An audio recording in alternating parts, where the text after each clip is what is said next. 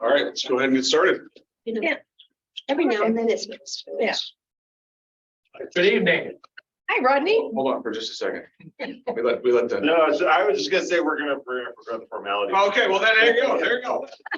Go for it. Fire away. I appreciate you having me early because I was only hearing board hearing tonight. Actually, we have 2 cases, so I appreciate you bumping me up first. So, Two cases tonight. yeah, Wow. so that starts at 7 o'clock.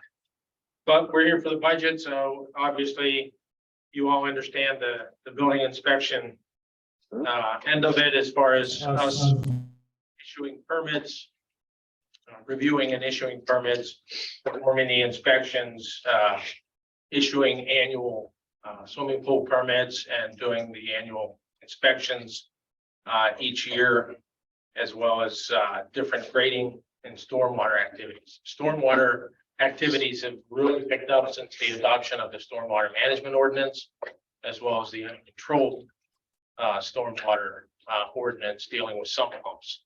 So we've had a significant increase in the amount of activity that deal with both the stormwater management and the uncontrolled stormwater management ordinance.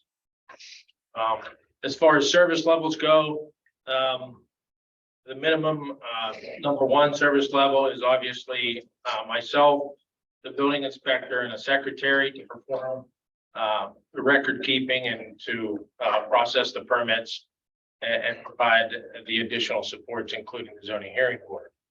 Service level 2 includes the building inspector and code enforcement officer. Several years ago, we changed that from just a code enforcement officer to a building inspector, code enforcement officer, to sort of assist in issuing of permits to sort of help speed up the process. And that's one full time, right? One and one One FTE. full-time. Thanks.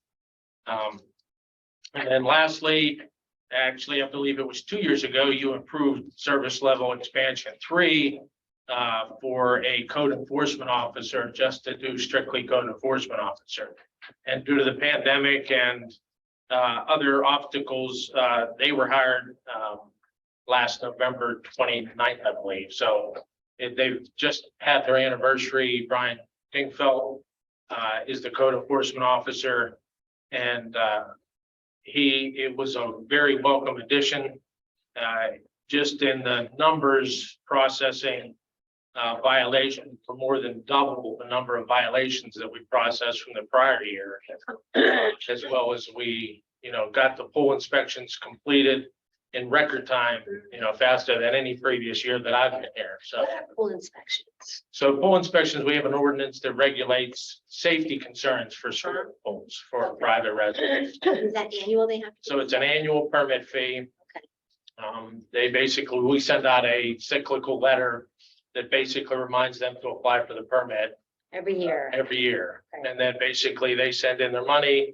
We then go out and actually do a safety inspection to make sure that they have a throw ring, shepherd's hook, make sure they're storing their chemicals safely, make sure that the barrier is okay. And then we basically sign off on that and then Didn't know that. create that. So Roughly how many pools do we have? we have 253. Okay, so pools. every year we have to go out and do 253 Yeah. inspections. Wow. Yeah. Depends. We have a handful every year that will call and tell us that they don't plan to open the pool this year. Yeah. We push those towards the end just to verify the fact they weren't open and that they're in a safe condition. Mhm. Wow. Skateboard in it. Yeah. This year, we've been extremely busy. I just looked at the November monthly report, and we're actually up 30% from last year at the same time with the number of permits. Yeah. So we'll break 1,000 permits issued this year. Wow. And to put that into perspective, when I first started here in 2016, we were at 570 some permits. Okay. A So year. we're going to be over 1,000 this year. Wow. And we had over 1,100 violation, notices that went out. So it's been a very busy year. That's a good thing, in my opinion, because number one, people are investing in their properties, which only brings up the property values throughout the municipality. You know, it basically shows that we're continuing to grow even during the pandemic, so. And then lastly, the service level increase was for the enhanced inspection software that has been proposed the last couple of years. We looked at different software this year. There's a company called Municity. They have a program called Municity 5, which is actually owned, their parent company is owned by the International Code Council, which publishes the code. So they have some integrated packages within their software that basically help relate back to the code, and they can also input our code book so that we can actually produce violations right from either the building code books or our municipal. Do we know anyone else that uses that software? This one I have not. I believe it might have been up north. There was a community, because I know the Open Gov that we looked at last year. We talked to a town in Ohio that was using it, and I believe Cranberry might be looking at this municipality as well. Okay. We'll just speed up permitting. Well, hopefully. The problem that we have mainly is the quality of the applications Yes. to make sure that we're reviewing, to make sure that it meets the code compliance. So hopefully, together with the handouts that we developed this year, and getting some education out there as far as what's required, hopefully we can speed up the process a little bit. Is it possible, or I know all permits aren't done online, but the ones that are done online, if it's missing some important information we want, like such as their email, so we can track it, can we just reject it right then and say, fill out the email, fill out? Yes. I'd have to check with Nick to see if there's any type of input that says that, you know, basically red flags that showed up Yeah, that don't let you submit unless something's checked, but because I'm just from personal experience, you can. I could answer that if you'd like. So they need to have an account on MyLebo, which is linked to their property, to their email address and everything. So we already have all the contact information. If they're submitting it online, all that information is there. The only thing that's required for them to attach is going to be a drawing, and yes, they cannot submit it unless they attach a drawing to it. So it's just the paper permits that we're having the issues with without all the right information? yeah, to be honest with you, we don't have too many people that submit online permits, to be honest with So it's paper. Yeah, they're you. Yeah, builders. it's mainly the builders want to come in and, in architects, yeah. yeah, they're old school. They want to submit paper plans. Right. A lot of times, you know, truthfully, we're having a lot of problems with the quality of the drawings as well as the reduction. So when we look, we require a property survey for Yeah. each permit application. And that's mainly to check for zoning compliance. Mhm. A lot of times we get 8.5 by 14 surveys that are reduced down onto 8.5 by 11 paper, Mhm. or larger drawings shrunk down or distorted. So we try to put it on the copy machine and actually enlarge it or somehow, you know, it takes a lot of time to do that. And that's one of the reasons why I put that one fee suggestion in the fee schedule. Because it takes a lot of time to adjust that, to make sure that we can check for zoning compliance as far as the offsets go. Yeah, Can't we set a standardized set of what we need and then require people do it? I mean, they're applying for permits. We shouldn't be photocopying, enlarging, you know, it seems crazy to me. I agree with you, but the problem is that you have such a wide range of applicants. So you get anybody from, you know, a property owner that might has no idea what the contractor is actually doing compared to architects that submit full-blown detailed plans that show everything.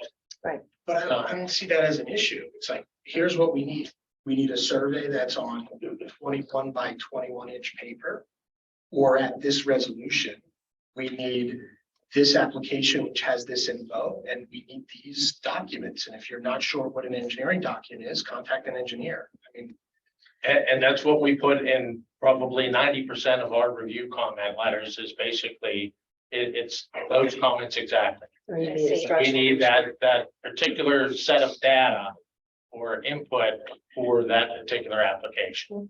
Rodney, I know you guys have been working on like a standardized, I'll say checklist for applications. Have you? Yes, Is so- that the type of information that's? Yeah, and again, with the permits, the handouts that we created, we wanted to create a checklist as well, so that you have a handout that explains the permit process, the application process, and what's needed. Mhm. And then a checklist that you can check right on that handout to make sure that you have everything that's required for that application.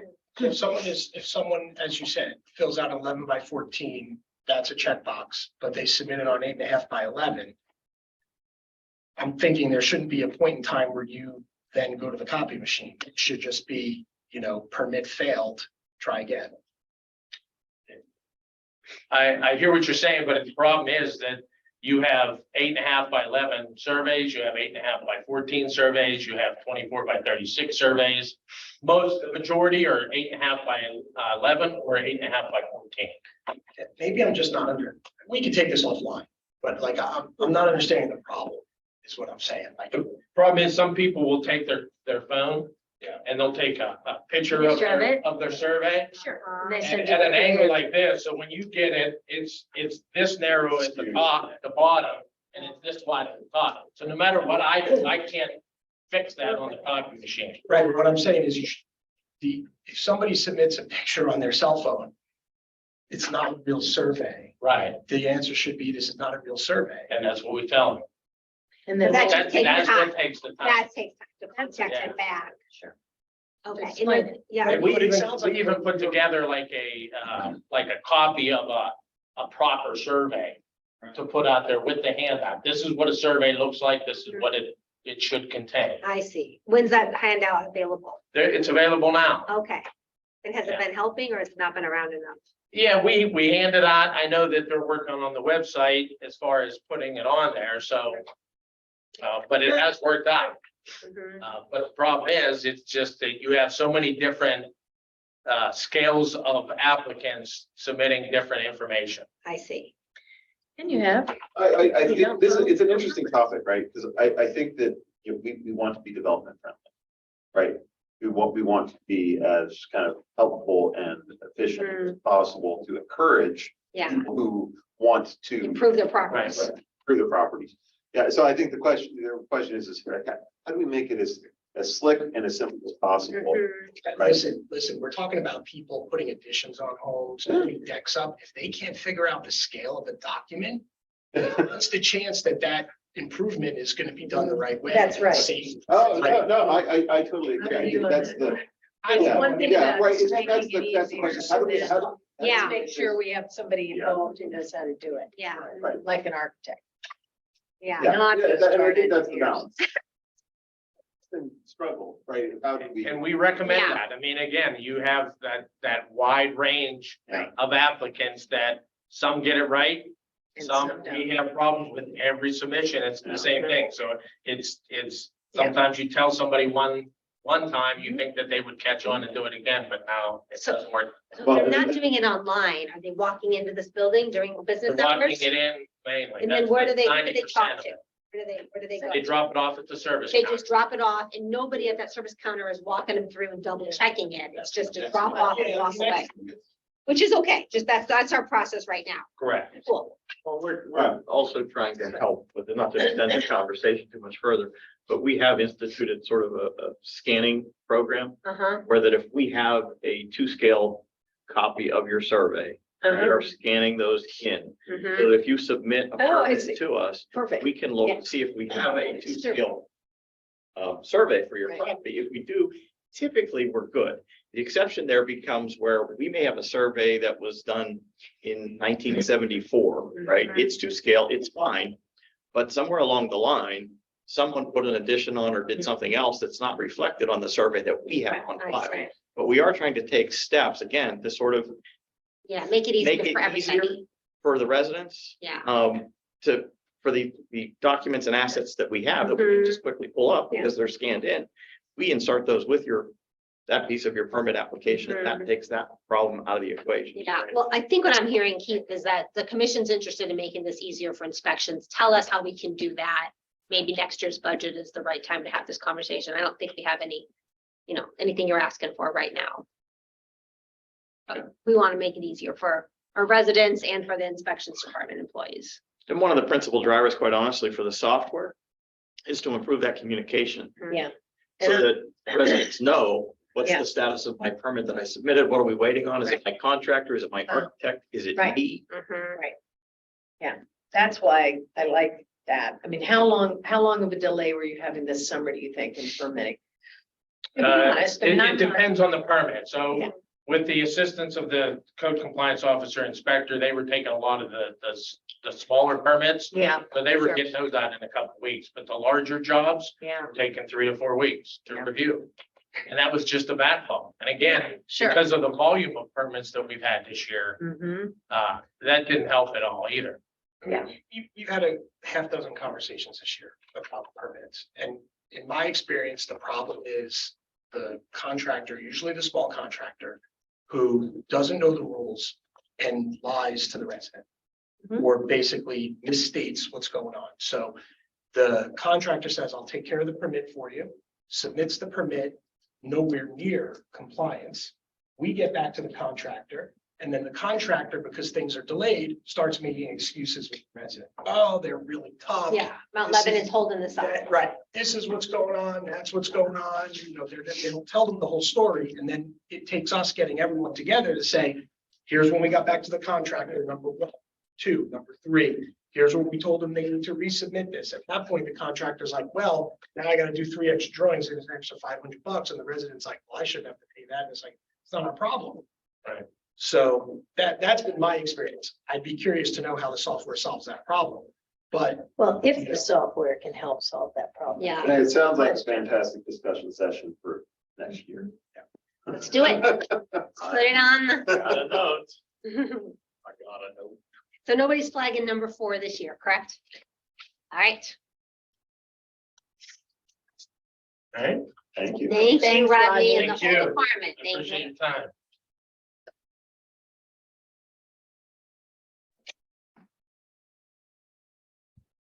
All right, Nick, you're up. Awesome.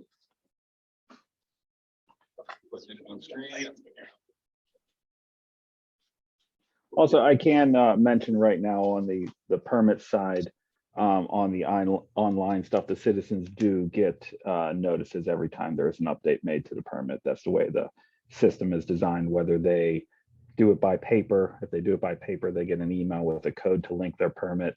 Or if they do it via the website, any update on there that they put in, any notes they put in here goes to the citizens via email. So there is a constant communication, and this was a project of the commission some time ago. I think it was, Keith, maybe 2-3 years ago now, I think. Yeah, we talked about that last budget cycle. Yeah. Nick, that the issue with that is that most of the permits are being submitted in person, 90% of them, and they don't have that resident email on them, so the resident's not in the loop. If there's an email, sometimes it's a contractor, it's not a requirement that permits are submitted to the resident's email. So there's no way for us to keep them in that And conversation. I think we've modified the actual application. Yeah, actually, it It's is required required? now. Oh, And very good. a lot of permits are being registered by citizens who are doing the paper. They're going home, they're getting that link and they're registering. We have tons of permits out there registered. So that data is flowing to, I would probably say 80 to 90% of the people. That's So great. we Thank do you have for a that good update. turnover. Thanks for making that change. No And that problem. was something that Commissioner McLean and I worked on to try and improve the process. And, as Dick was talking about, that was the survey change. As residents, were like, black box, I don't know if my permit's being worked on. Yeah. So the software provides. Yeah. All the Red said, some of those like, the contractor will say something, it may be that's accurate. Yeah. It's not. There was just that one piece, Commissioner Silverman, where they weren't tracking the email and then they added it last year, it sounds like. Right, but Or back requested to, it, yeah. right, but back to if people do it online, it's a required field. Yeah, but that's what Most I'm of the saying. permits are handed in. Yeah. We want to make it easier on the end, we still have to follow instructions. Yeah. And so as easy as we can be, if someone doesn't fill in all the boxes, Reject it. Okay, I'll get into mine then. Is that okay? Go for Everyone it. good? Yes, please. Okay. Well, I mean, we we've done this a lot so far. So, Nick, I'm with the IT department. We obviously are one of the few departments that actually touch every other department in the municipality. We handle all their tech, everything from computers, door access controls, security cameras, everything down to the copiers, printers, everything. So we are the main line for tech in the municipality. We also design and help out with training materials and things like that. So with the budget this year, you can see the levels haven't changed. The one big level is that we are already funded at, is that we are taking severe advantage of now, is the electronic records retention. We do have a subcontractor in right now, scanning all of our backlog of documents and putting them in there. We are coming up with a plan moving forward that every department is now going to scan their documents in themselves. So everything should be able to be electronic and digital. This is something that started back in early 2000. So this isn't something we just started doing, but it is something that we are now going through this huge backlog of stuff that was in storage for years and years and years of getting it up and getting it on the system. No other major changes this year, no other major budget changes. We're just staying status quo and continuing on with the projects we have. Are there any questions or anything about my area of the budget? You said that you manage every department in the organization, but then I just heard like last week, the website from the MLPD is not managed by our IT group. Correct. The Mount Lebanon Police website is not. It was managed by the police, and this was set up some time ago. This was probably set up over 10 years ago, that they managed their own because they had their own public information officer. They wanted to maintain everything. They got an offer from a company that was here in town, because we did manage it. They got an offer for a company to redesign their website and give them a complete website for free. So they did take advantage of that to get a new website. And at that time, they took over complete control with it. Basically, the company controls it. The company controls the hosting, everything around that. They just manage it and update it. We had nothing to do with it at that time. It was removed from IT and stored in police. Okay. So it but really the wasn't our email- decision. Okay, email servers though, they're still internal, right? Still by IT. Yeah, email, everything is done by IT, yes. Well, when the new website is up, police and fire will come in with us Correct. again. Yes, Not that right was the away. plan, that everything's going to be rolled in. That's gonna be like second phase. So they're finishing the municipal website and then police and fire comes after that. It's gonna be Correct. some time. So, I mean, 6 months? What are we talking about? Probably, We say sometime. Well, actually, Laura's been the one, she's been the head of communications back and forth with the company. Maybe Laura could answer that a little bit better than I can. Yeah, the fire department, because the consultant put that site together more fairly easily, we've already been working on that. On the police site, makes more time. Frankly, we were stalling to see if we could get a police chief installed so that we could get that person's feedback on it. But we could move certain parts of the police department over quicker. The two biggest things on the police department in terms of demand are the policies and the crime mapping. So we could always bring that stuff over first and then bring the rest. Yeah, the police department site is not that complex. It literally can probably be done in a couple weeks to be moved over to our site, and we could do most of it in-house. Correct. We were just concerned that a new chief might come and say, hey, we'd like all of these things that. Yeah, just Turn some on here. control over it. Okay, and then so there's no other websites or any other IT related infrastructure that's done by other Fire departments? Just- department maintains their own site right now, as of right now. So it was fire and police, they chose to maintain their own sites. Okay. And some of the libraries, because they're under the EIN network, Oh, Yes, the yeah. library is completely separate. Their EIN network, so their computer system and everything over there is completely separate. We did install their door access control system, and we can help them manage that too, but they also have the ability to manage it on their own.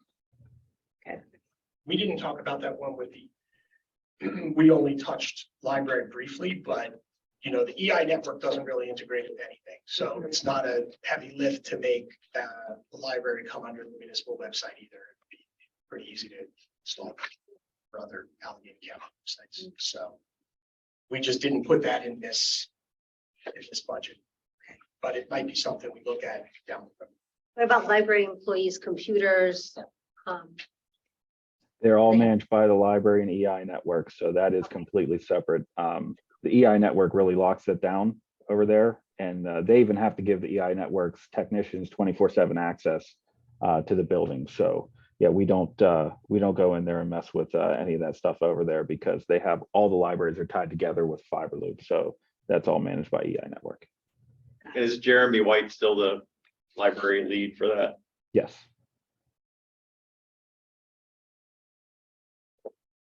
Great, Any other questions? looks good. Thanks, Jake. Thank you.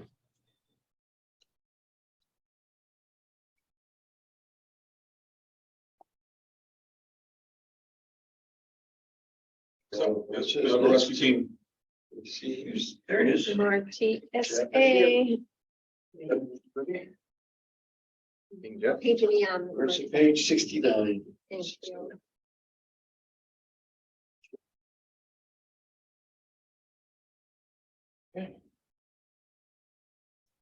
Next section. Yeah. So just real quick and just background, Rescue Team South is the EMS provider for Mount Lebanon, with 5 other agencies or 5 other communities in the South Hills. We've been so since 1976, and we appreciate all of the support that it has given us over the years.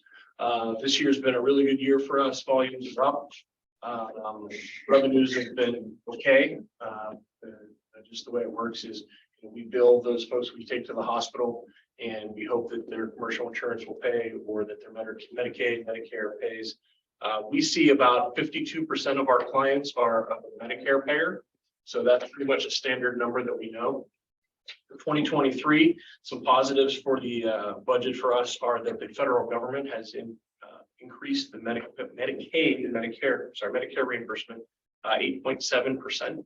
So we're hoping that that's going to help us with some of our revenues. And the state of Pennsylvania has also increased the Medicaid reimbursements for us. So we don't have a large population of Medicaid, about 11%, but that 52+% of Medicare with that bump will help us help offset some of the things. For 2023 in the community assessments, the total for Mount Lebanon is $492,561. That represents a increase of $5,093.83 over the 22 contributions. And just for context, the assessments are put together on 2 platforms, call volume, a 3-year running trend, and then population. So of the 6 municipalities, the municipality represents about 54% of our overall call volume. So we do the largest number of calls within Mount Lebanon. So that's where those numbers come from. You mentioned 492. The number Yeah. here is 484. Yeah, that was an adjustment on this. Oh, I'm sorry. Yeah, Yep. yeah, from- I- Yep. And then the book went to press and then emergency budget passed, so. Yeah, or, yeah. That number was off the old debt service schedule from when they did the financing, Okay, correct. so Yeah, so what is that was a the published number? number from November. 492. 492,561, I think is what Jeff said, but it's It's an increase of $8,200. Yeah. Okay. That's in the budget. it was, based upon the capital accounts, or I'm sorry, the notes and the 2020 notes that were done for the capital improvements. It was a $2 million note. We're in the 3rd year. We'll be going in the 3rd year of those notes. And then we hope to see for next year that debt service will begin to drop off. So we should see a decline for the remaining years moving forward. So What were those for? capital improvements. We bought 3 ambulances, did a bunch of work to the main station on Mount Lebanon, put new roof on, did an upgrade to the interior that hadn't been touched in '94. So There are a number of things that were touched in the building. So things like the roof, the floor. So it sounds like a lot of money was put into capital. It needed it. And it's like, hadn't been done in a long time. yes, exactly.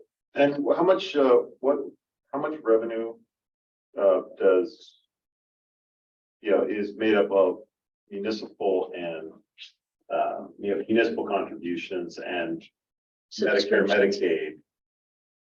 And what is kind of the delta that has to be generated with like the donation? So there are 3 buckets of revenue for us. The first is the community assessment, which represents about less than 1/3. The second would be our billings, which is about 60%. And then the last percentages would be our subscription program, which is about $500,000. So if we were putting those in order, billings would be like 65%. revenues from community assessments would be about 30% or 20%, and then the other remains would be the subscription stuff. So those are the three main revenue generators for us. Within the billing components, the payer breakdown, like I said, Medicare is the number one for us. It's at 52% right now. And so basically what happens there is we have a set fee of service charges, but we're contractually responsible for maintaining. We have to bill the same amount, but we have to write off a significant portion of that bill because of Medicare restrictions. So for instance, our average ambulance bill is about $1,500. We know even at $1,500, we're only going to get $450 from Medicare. Yeah. But we can't selectively bill it. The bills have to be the same for everybody.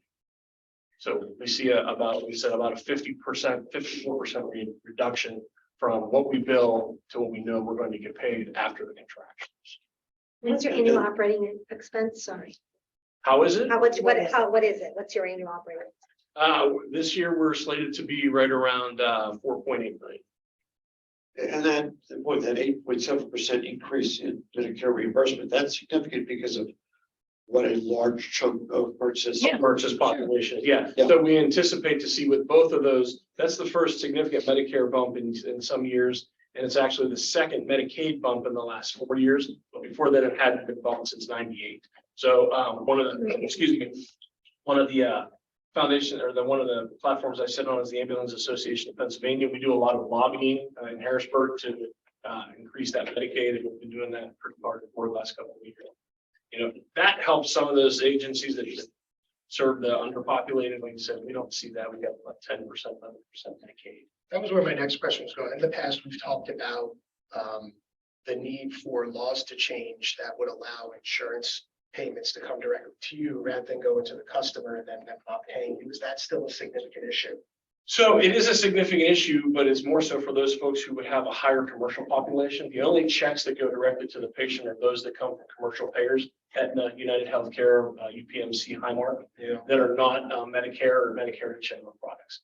Everything else comes directly to us. So if you are a commercial payer, so if you have Highmark insurance and we take you to the hospital, bill your insurance for $1,500, they're going to send you the check, and we have our responsibility to collect from you. Yeah. But it's not insurance fraud because it's made out to your name. Right. And what's the percentage of that? Wow. For us, the percentage of commercials is like 13% overall. The percentage of what we receive from all of our billings is about 84%. Okay. So the billings as a whole, we collect about 84% of our overall billings. Okay. So we have trustworthy people in our municipality. Yeah. If they get the check, they usually send it to us. Yeah. Okay. And it sounds like somewhere around 10-15% of that subscription. Yes. Okay. Are we like, I renew my subscription every year, and I think it's a great service. Is there anything legally prohibiting us from promoting that service? Telling people. We do. Yeah, we do. No, Mount Lebanon, so this year we did How to Lebo subscription, and then we just released last week the podcast. Oh, good. Oh, praise Stephanie. So we appreciate that. We've been really pushing the social media stuff. What we're trying to do is kind of pendulum swing from we'll still do the mailers, but because it's cost prohibitive, send out 32,000 pieces of mail. We're trying to drive folks to the website with, if you see out in the lobby, there's a QR code for folks to scan, takes them right to the subscription platform. So we're really trying to minimize our costs while maintaining the revenue stream. So Great. those are all things that we get in those three buckets of revenue. Yeah. With that, I'll take it. Mr. Reed, you have a question about something? Oh, no, not at all. But I just wanted to give the feedback for next year's budget. Could you provide more information in the summary here, like regarding, if you know, the things that we asked, expenses, annual expenses, income, broken down by income sources? Certainly haven't received their last one, but in the SharePoint site is the breakdown of their 22 budget, Okay, plus great. their budget message and community allocations. Thank you. I can check that out. I think Merchant does a great job, and They do. this is one of those things, like for me, it's like rec and some of the other stuff, like, you know, this is the cost to the municipality of providing Yeah, high quality a, service. taking part in the service that, you know, helps make our community safer, even though they're, you know, reactive, right? Yeah. But it's a good reactive. And just to put it into context from an EMS industry standard, later this month at the commission, we're going to be providing some citations for life-saving awards that happen. Nothing else changes in this next month.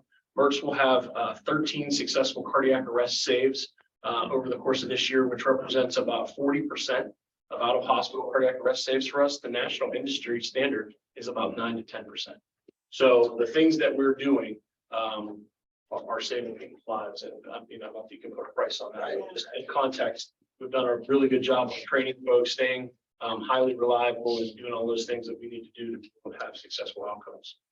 Okay, I'm never leaving Mount Lebanon again. Listen, Response time. What you should have heard from that is if you can have cardiac arrest, it should be in the 6 municipalities that we cover. This is a different conversation than we've had in the past couple of years about. Financials and operations and stuff like that. So it's. I appreciate it. Yeah. What's your response time? Do you happen to know for us? So we dictate response times on 2 standards, emergency and non-emergency. Okay, We're currently sure. participating in a national EMS research study that talks about the reduction in use of lights and sirens. Mhm. And so the parameters are less than 30% responding to a call and less than 5% transporting patients to the hospital. And that's because what we know from research is that transporting lights and sirens doesn't really do a whole lot of difference in outcomes. Yeah. So we were already meeting those benchmarks. We continue to see those numbers go down. So for the high priority calls, we absolutely are there within the 7 minutes, 59-second guidelines. But for those non-priority calls, which we have a lot of, we tend to go anywhere between 11 to 15 minutes. But we have relationships with the fire departments Yeah. and the police departments Yeah, who police can get out there and see, like, is this really just a stub toe or is this something different? So Yeah. working with those collaborative partners has really helped us maintain that relationship and continue to have the good outcomes. It's all about the outcomes.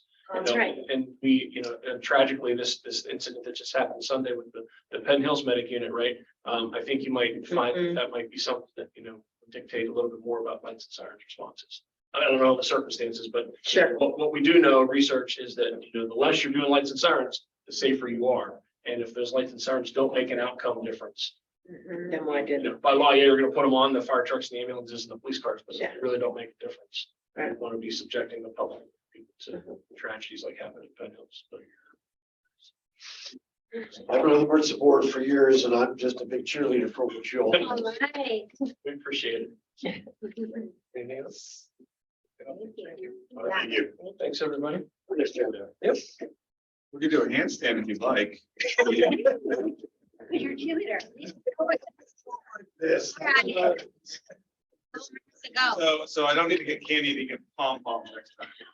I'll try to remind Yes, remind me next time. Then the people who don't get a cheer are gonna be upset. Let's do it. The people who don't get a cheer are gonna be upset. And this- Oh, Why would you ask such things? Page number, page number. Page number I 53. just know it by- got it. Best 53. Human Susan, there you are, 53. Everybody, welcome back to the table, Steve.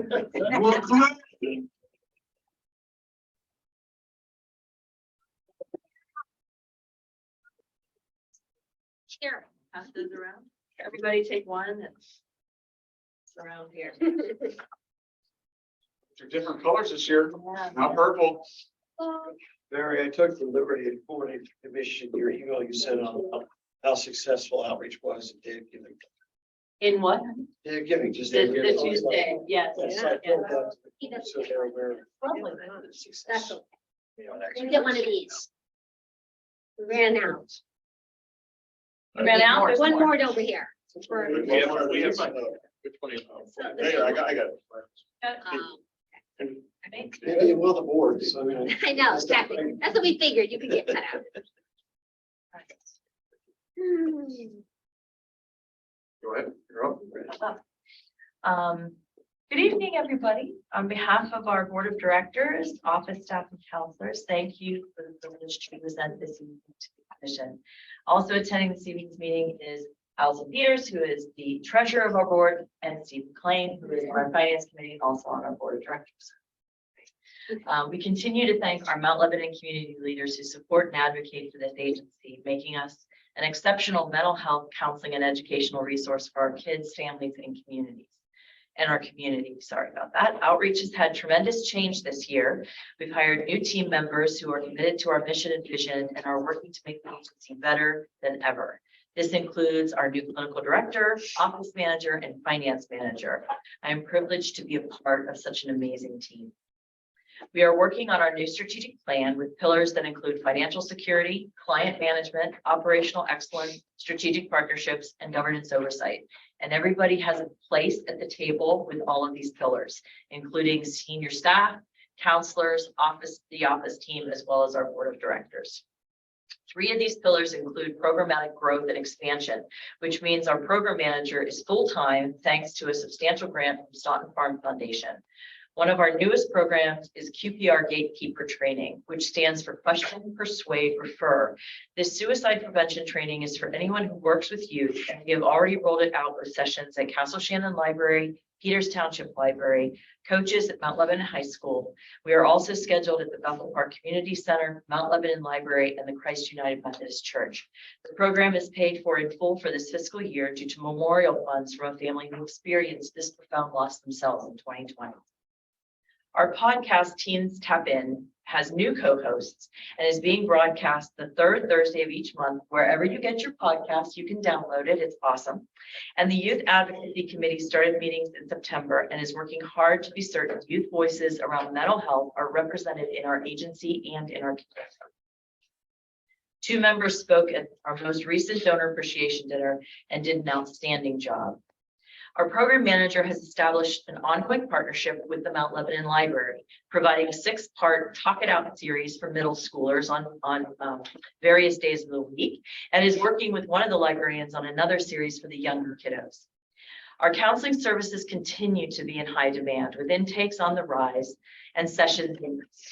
While we have always been a tier 1 level of care, kiddos are coming in with a higher level of need than we've seen in the past. Our new clinical director has been kept very busy with these intakes, sometimes taking 70 calls a month.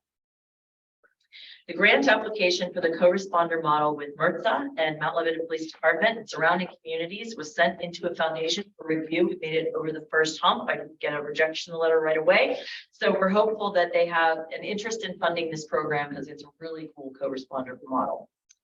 We continue to enjoy our partnership with the Mount Lebanon Police Department, with several referrals taking place over the last 3-4 months, along with training and educational sessions for the officers.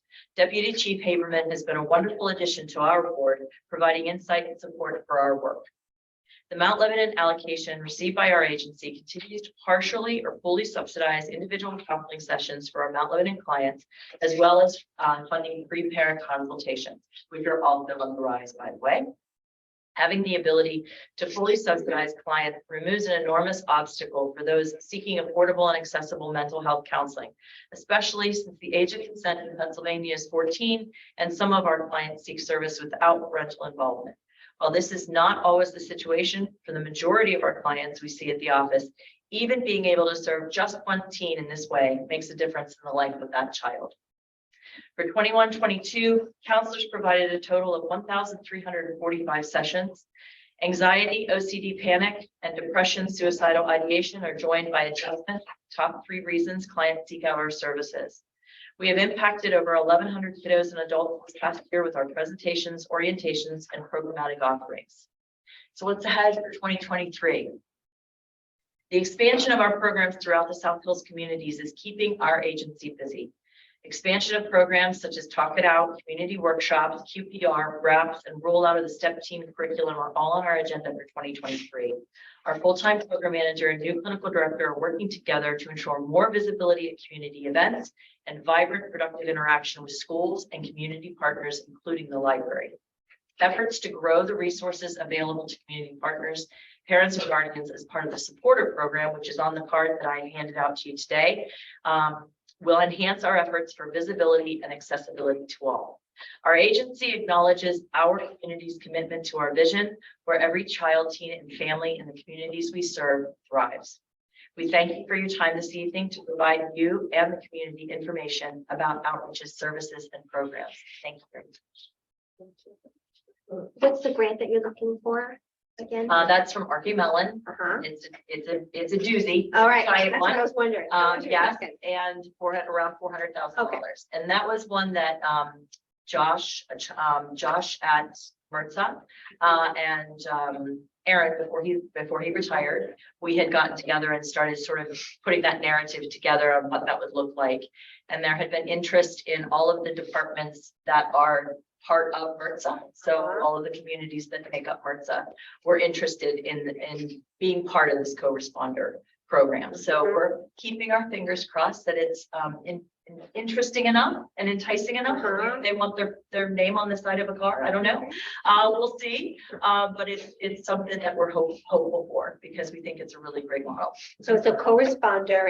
It would provide, Social workers Social and worker. the paramedic in a help car. uh-huh. The police go and de-escalate and then say, this is a mental health issue, this is a mental health concern, this is drug and alcohol concern, and the car goes. Yeah. What's the estimate of how many people that would employ? Oh, boy, employ. Yeah. We would do 2 social workers at outreach. And I Okay. think that Josh said another paramedic. Great.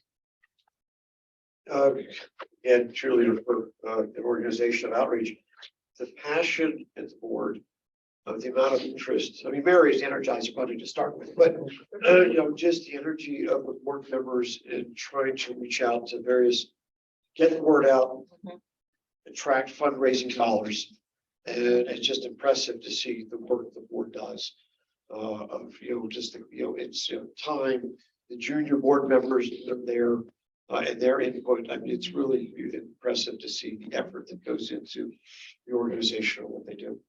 I use the word vibrant for this board of directors. Mhm. They keep me on my toes for sure. And they are incredible, council people for me. And it's really been, it's been a really fun board to be a part of. And we just brought on another person today and she's very excited to get kickstarted too. So yeah, it's just a really vibrant group of people and everybody knows why they're there, and that's really cool. Other than creating a W Street provision for ex-commissioners being on the board. Oh, you wait, I'll circle back. to you. I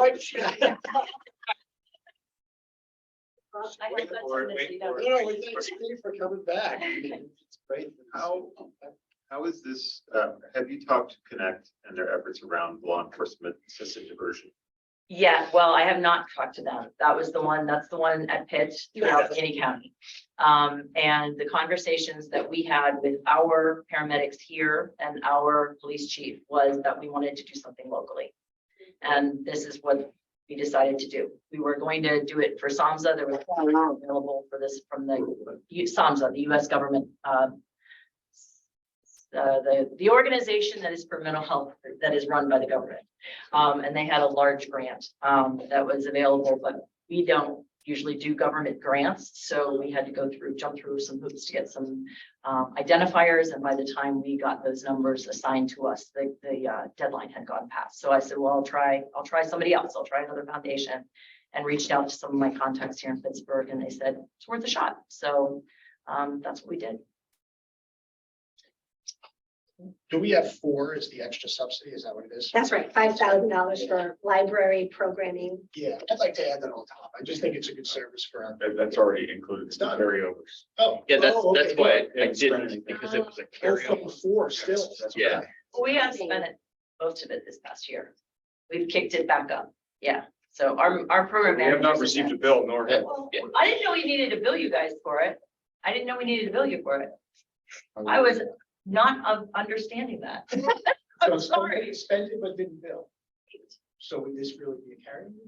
So then we'll remove it from the carryover. We shall put it. So then, Add it. Yeah, I made it up.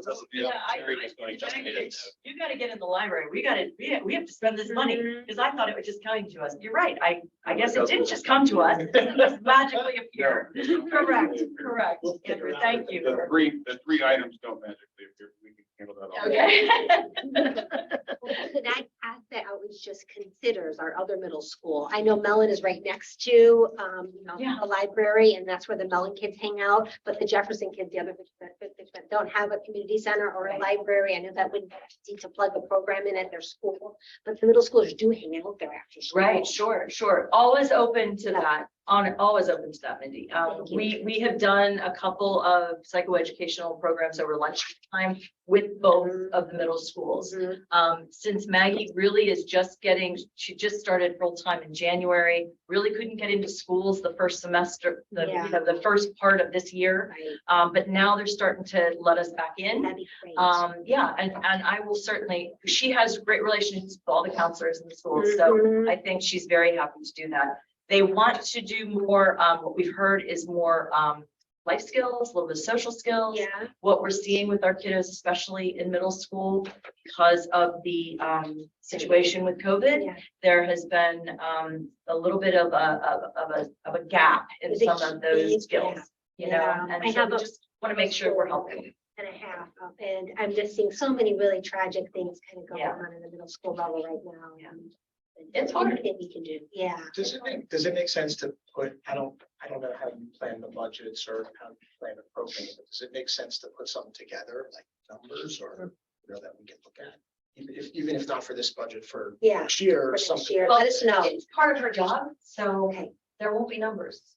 Or, For Maggie's job. okay, So there, Program inside school. got it. Well, if you need to expand mid-year, come back to us. We'll see if there's money in the general fund, yeah, well, that's part of her job as full-time program manager. We're very, very grateful to have her on board doing these things. She's incredibly creative and very much married to our mission, should I say.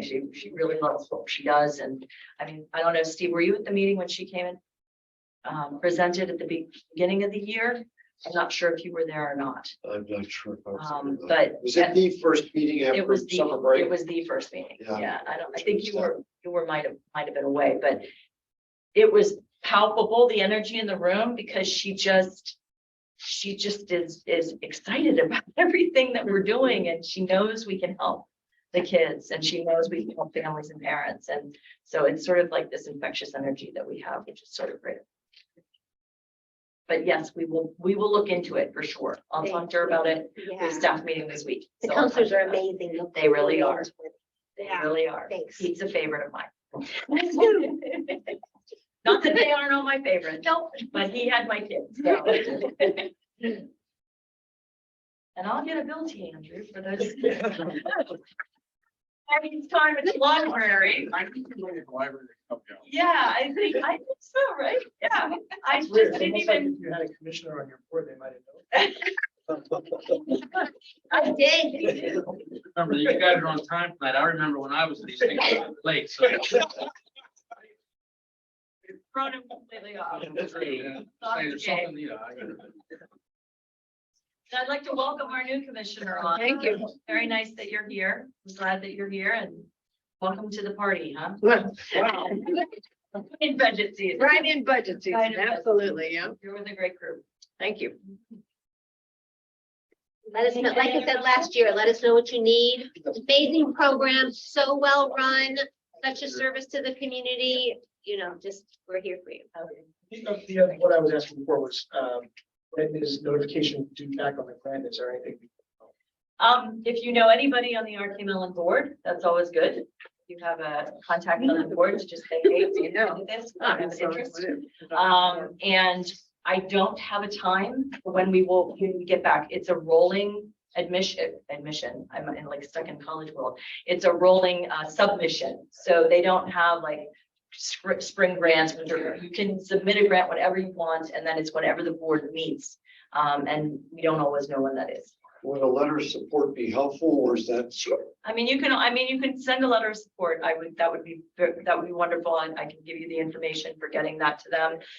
My program officer from Stockton Farm Foundation, who also resides in Castle Shannon, sent a letter of support as well, because she has experienced this kind of tragedy in her own family, kind of a thing, and needing that mental health, that support person, as well as the police de-escalation situation. So Keith, can you prepare something for commission to? If Mary sends the information over, Laura and I will work together. We'll draft a letter Okay. for Sure. signature. very happy to do so. Thank you. Thank you very much. Thanks for coming. All right, absolutely. Do you want this? Be good. You have all of that information. Thanks again. You're more than welcome to stay. Yeah, no, about that. Nice holidays, guys. Thank you. See you. I love that. What are there? It's two commissioners, but one of us is allowed to. So we have to go ahead and go to the next bit, but I think.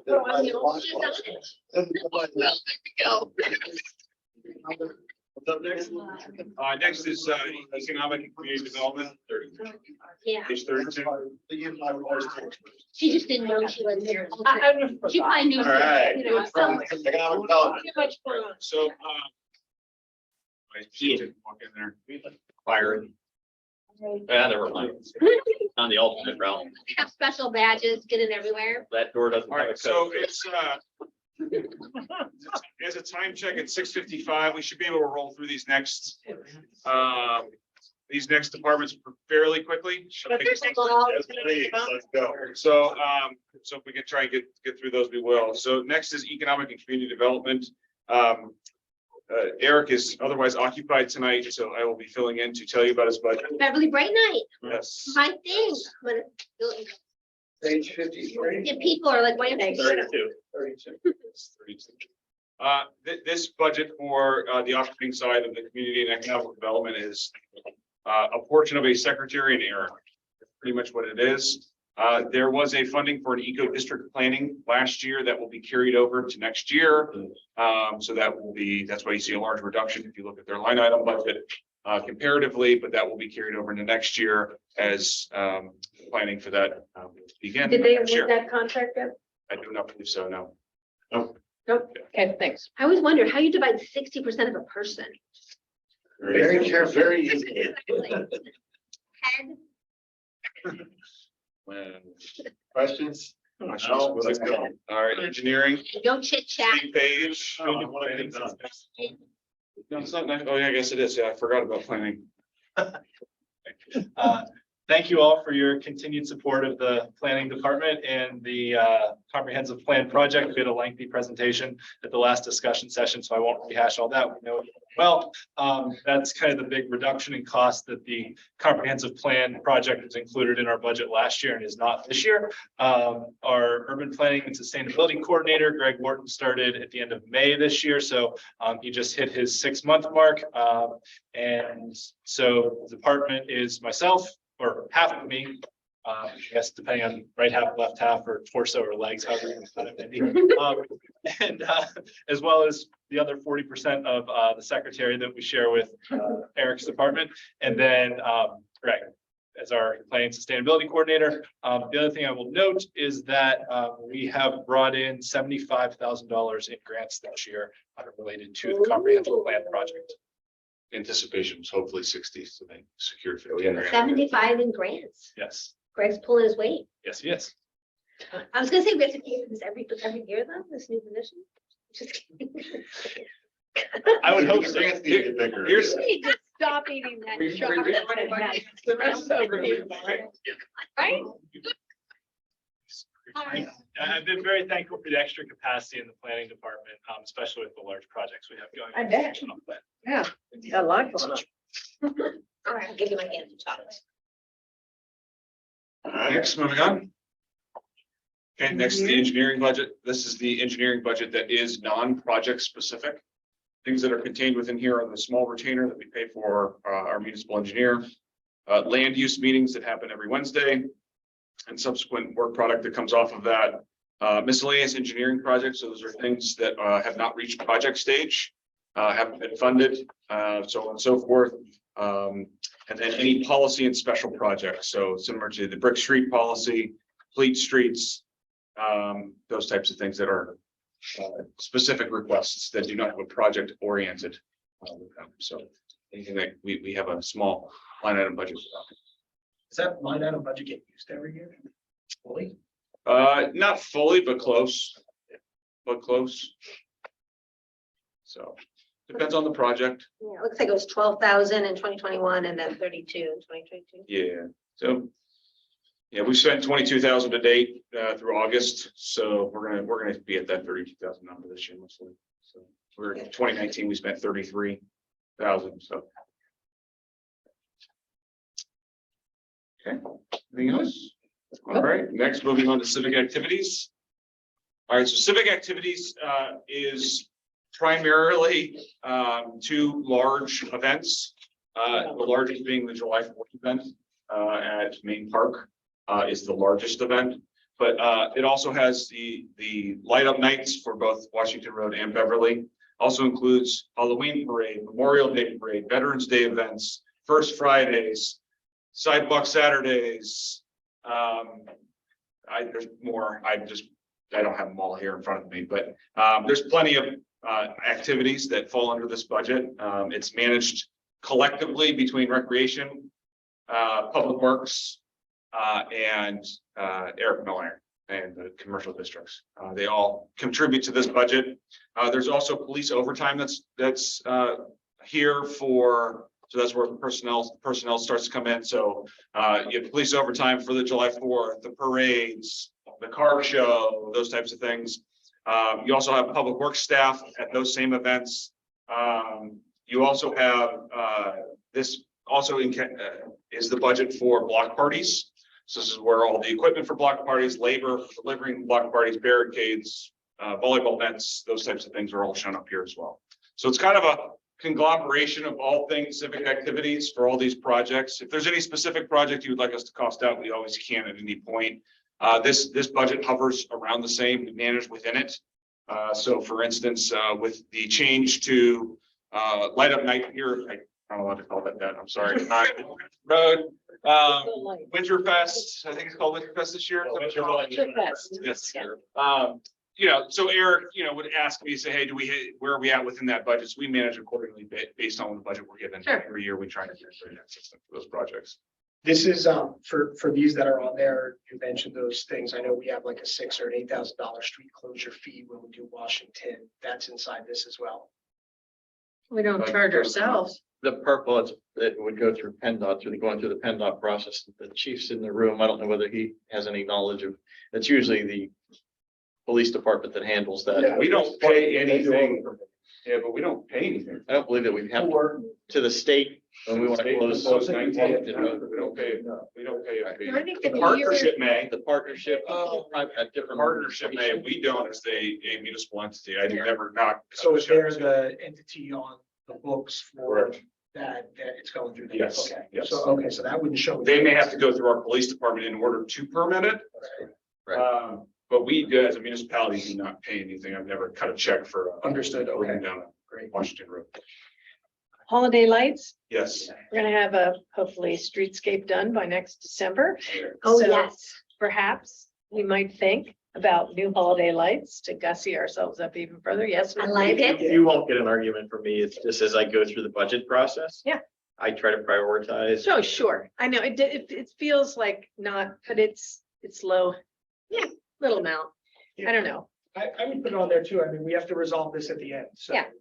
we're So seeing a whole fine. bunch of stuff at the end, but I think it's a great idea and it looks nice in other communities when they do. Yeah, yes, yeah, it's a big, So this number actually did come from a bid or a quote that was received by Eric. So this is not a Made up out of the number. blue number. okay.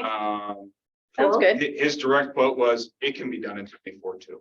Okay, so it's scalable. No, not necessarily scalable, no.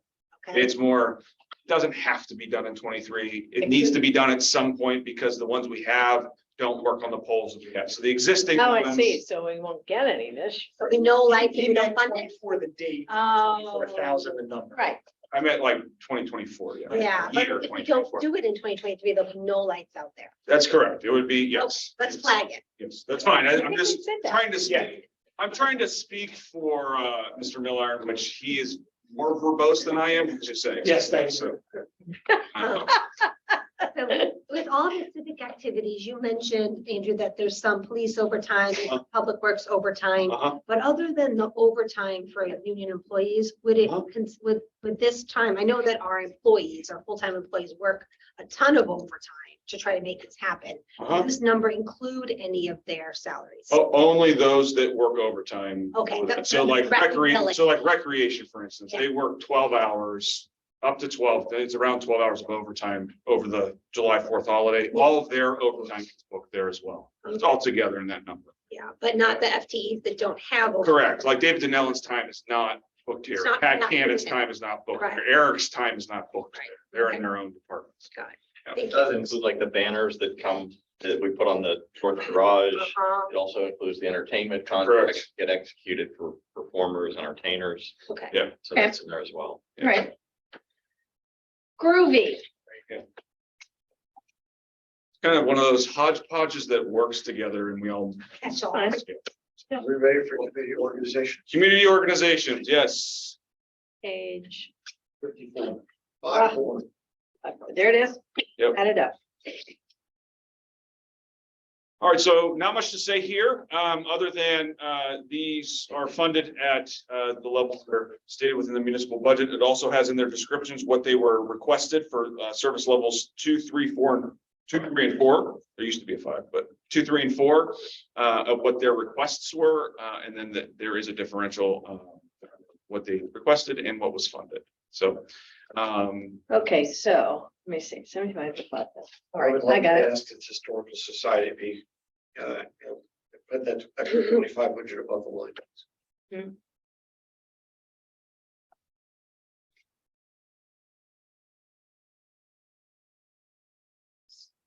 Isn't Historical Society already? Oh, you're saying, they requested 75. They got 65. gosh.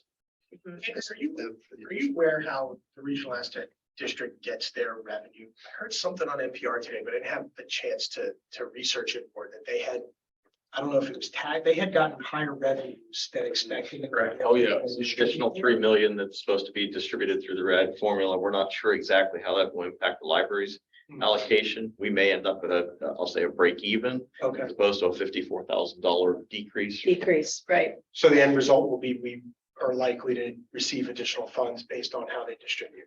Not. Well, wasn't For- there, in Robin's presentation, they decided to focus the money on libraries in more distressed communities? But this is the additional Just as funding. the that additional Just funding. enough.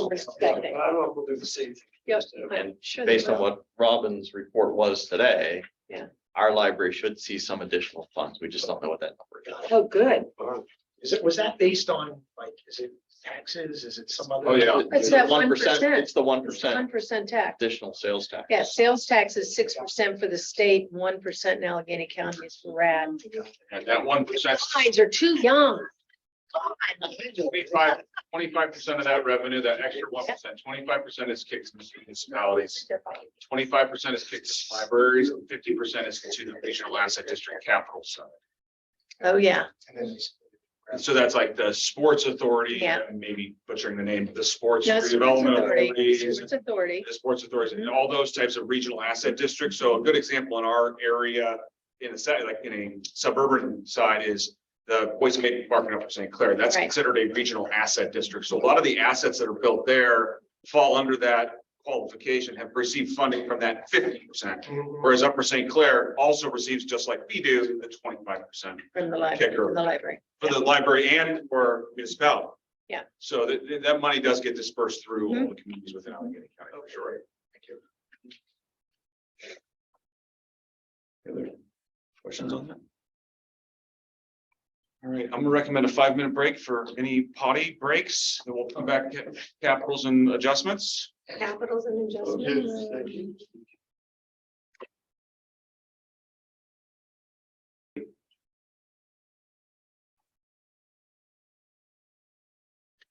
Hello, welcome back.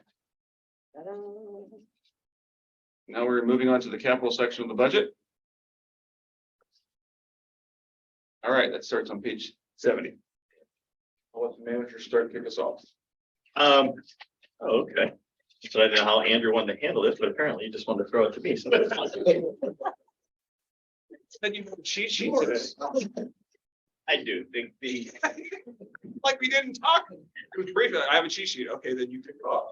the commission already has the capital projects that I've recommended for funding as part of the manager's recommended budget. So unless there's questions about those, the only thing I will add to that is Commissioner Randy had asked a question about the Bradford field improvements that I had recommended for funding. That has a cost estimate of 81,000. I did check to see that the work that's already been done, how that would affect that total. The response back for Gateway is you could subtract about $8,000 off of that for the work that's already been done. Okay, So just so nothing super significant, but maybe we have another 8,000, maybe not. correct, Okay. yeah, and again. Yeah. But I know that you had requested that, so I wanted to make sure that I provided that. Just so the rest of the commission knows, Public Works was able to start a little bit of that as soon as we said we wanted to do it. They were like, to get done, right, with the right weather conditions. And since we're on Bradfordton, this is not a capital item, but when we had our meeting over at Bradfordton, there was a question about if we wanted to provide a porta-john at Yeah. Bradfordton, what that cost would be. So I worked with Phil Avolio.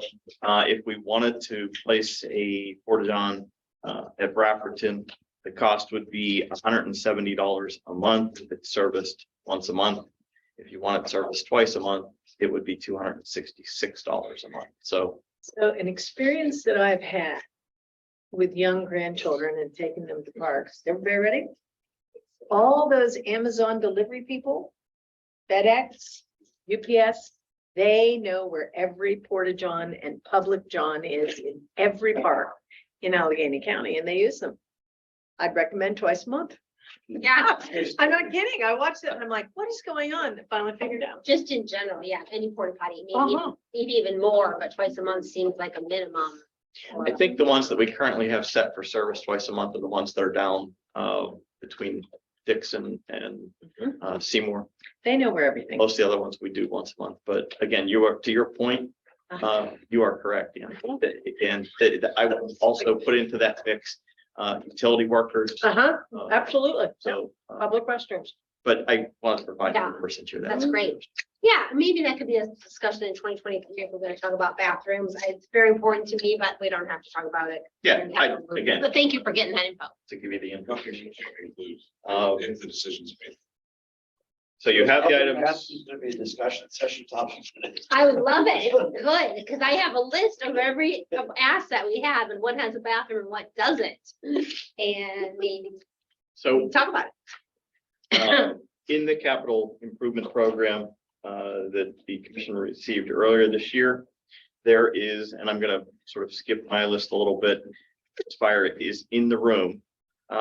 There is a number in there Yeah. for a fire training facility. It's slated as a 2024 project, which is why it was not really discussed or considered as part of the 2023 budget, but I will give you some additional background information. Commissioner Randy and Commissioner Flynn have been part of a smaller group comprised of essentially the four gentlemen you see at the back of the room, Gateway, myself.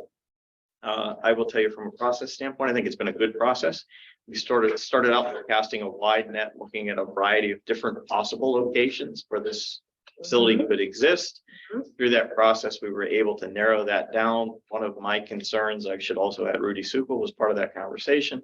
Wanted to make sure that we weren't going to negatively impact one service that we deliver to the residents to improve another service. But through the process, I think we've been able to determine an appropriate location for that fire training facility. We have I shared with the full commission all the information, sort of background on that. So we have, I'll say, current cost estimates. One of the things that happened through the process, unfortunately, is that the cost of steel increased dramatically. So the cost of the facility itself went up by a large number. And also in order to be able to provide full functionality for public works, there's an additional cost to be able to do that in terms of relocating some of the equipment and getting that again, so that both I'll say departments are equally benefited from the improvement. So the new number, round numbers for that facility is about 1.3 million. We have a pledge of $100,000 from the volunteer fire department towards that cost. We've had a sort of brief conversation with Representative Miller, who is, I'll say, relatively confident that he may be able to get us an additional $200,000 towards the facility if we're, I'll say, diligent in getting him something quickly.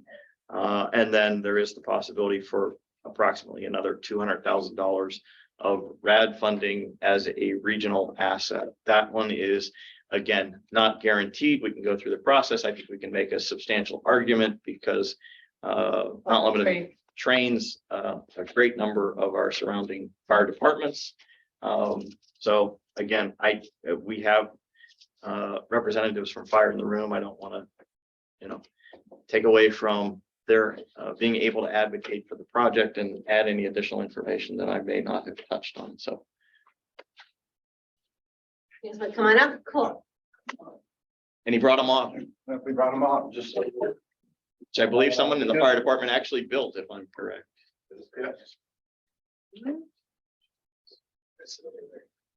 That's my favorite finance guy. That's all right. Totally dying.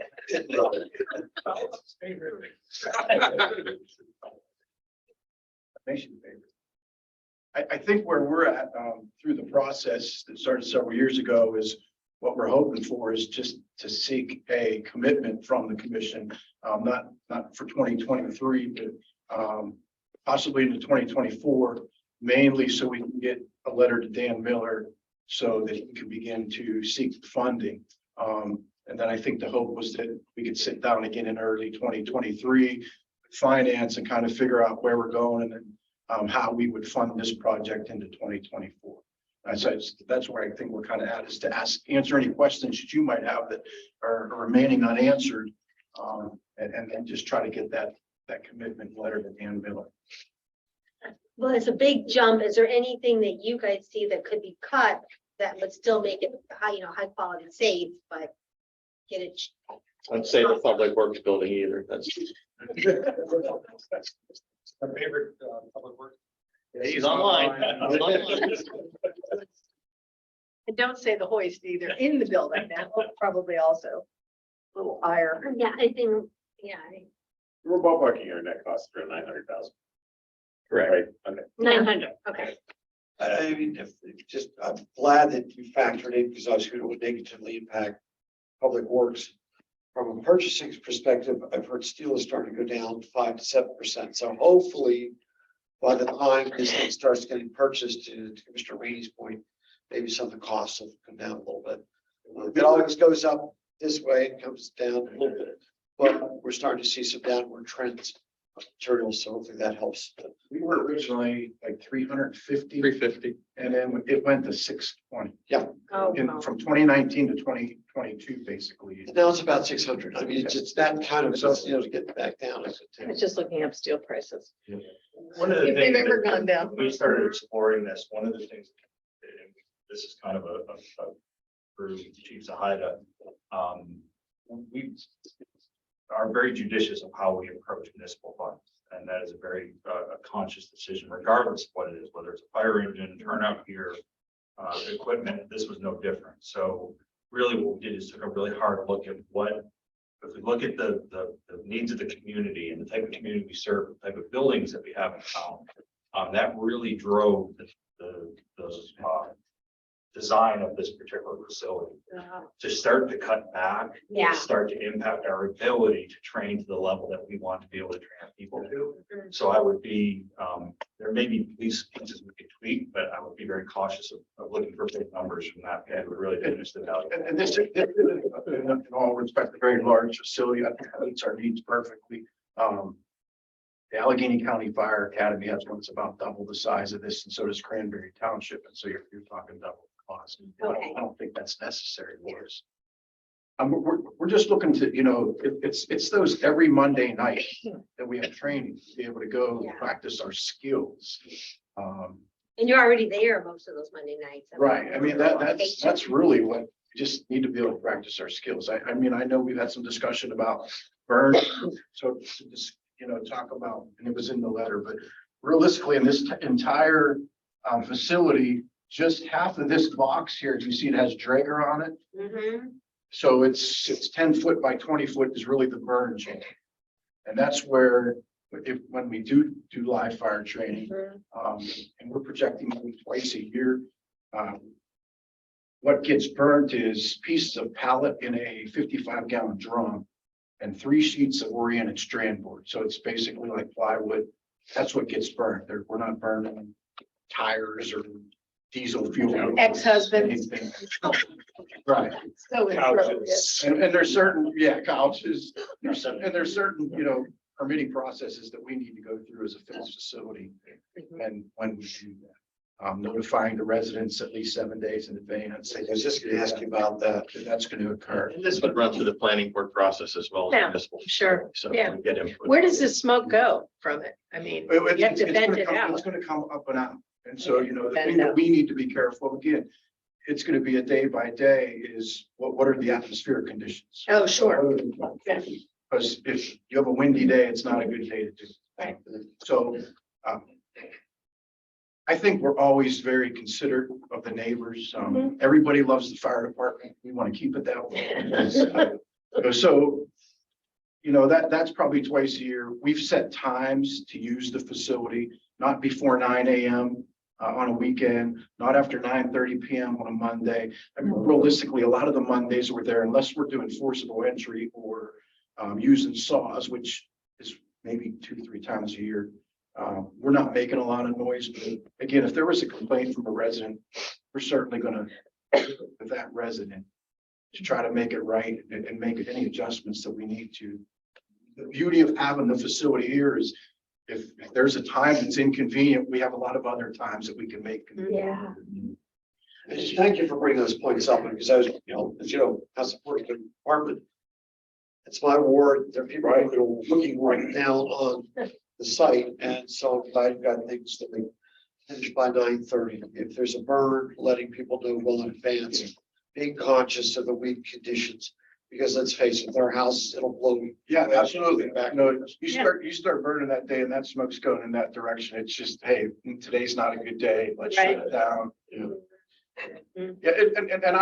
that's not the main, and realistically, I think a lot of people think burn building or train facility, that's the main purpose. It's really not the main purpose of the building. It's a nice thing to have. You could realistically tell us, hey, we don't want you to ever burn. That would be fine. We're gonna get so much use out of the building. We're still gonna go to Allegheny County Fire Academy and use their facility and burn. So it's that every Monday night, all those skills are just way more important than to be able to do. Even put smoke in here, theatrical smoke is huge. We can't put it in the public safety building or this building. It's on fire. So, and our windows don't open. That theatrical smoke dissipates as soon as it's outside. Yeah, and It then- doesn't linger at all. Right, and the offer of theatrical smoke is great, because it's a nice fallback, and it still works for you. If it creates an issue with the neighbors. I mean, I know when there was the controlled burn with the house down on Cedar Boulevard.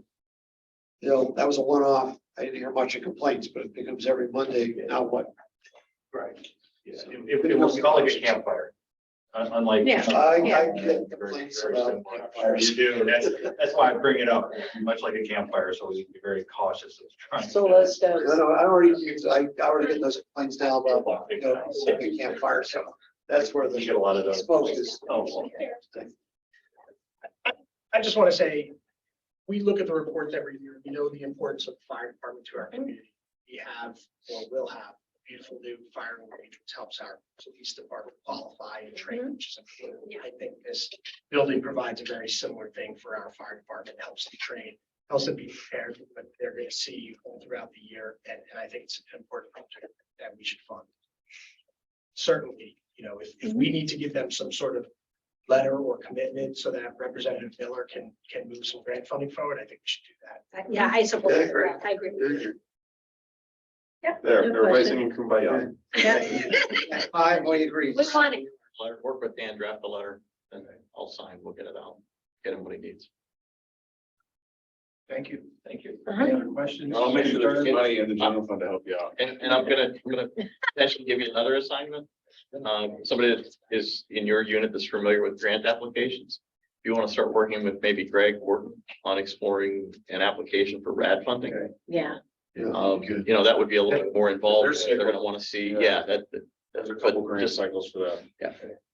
Yeah, but you should qualify for that. I mean, you do so much It training. was actually, it's not something that crossed my mind, but I was talking to the president of the IAFF in the city of Pittsburgh, local. Yeah. Uh-huh. They carry a lot of weight. Mhm. He's the one that mentioned it to me. He said, hey, you on this, board, you should be ref, and he gave me a bunch of names. So Good. they may be able to assist us as well. Yeah. They- Excellent. They do have a lot of political. pool. Yes, they do. Yes, they do. And with the amount of reporting that you do and having experienced RAD funding in a prior community, it's really the reporting to prove that it's still a regional asset district. You do that part and parcel with your job every day, every year, so shouldn't be a problem. And we do, we'll train every firefighter from Shake. It's basically gonna be. Yeah, train through here. We have built in, maintenance should be very low, but we would charge every student, especially in essentials, like $50 as part of their essentials fee. So we're figuring about $2,000 to $2,500 a year that we would bring in just for maintenance of the building. The other nice thing is if the container gets damaged after 20 years, they basically come in, take out the container, replace it. So you're not starting all over. Right, yeah. So Shipping containers, my golly. they're making homes out of them now. They're pretty nice. That was my husband's quarters in Iraq. He lived in a shipping container. Absolutely. He had his own. That was pretty cool. He lived in a shipping container. Commissioner Grell had mentioned about the range. Is there any sort of efficiency to have other departments, city rent the facility in some way, to, again, way to. I think the way we would handle this, and again, it's kind of why we didn't want it to be like a shitty bug asset and be here because we wouldn't have control over it. Right. Right. We have control over it.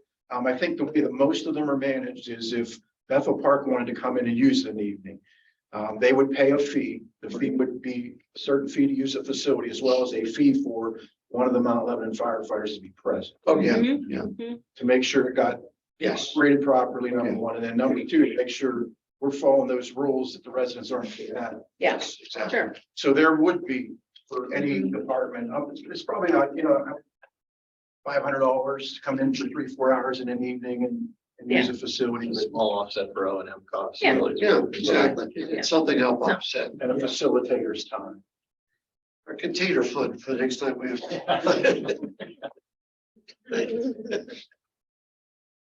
Yeah, I think it's a great spot. I never considered that spot at the end of. Yeah, I don't think any of us did. It's, It makes sense from a location standpoint because we've now grouped sort of public safety at one end of that site. We're able to, there's enough. When they're training, their vehicles would not obstruct traffic, so we don't lose the two-way access that we created as part of the improvements. So I think There's some parking over at the firing range or Correct. essentials classes there. And there's a restroom. And we'll certainly have to work with the police department, make sure that their stuff is secure when we're using there on the Saturday and using restrooms and make sure they're clean for them. But we'll work with them to work out those logistics. If that becomes an issue, Commissioner also knows the location of every.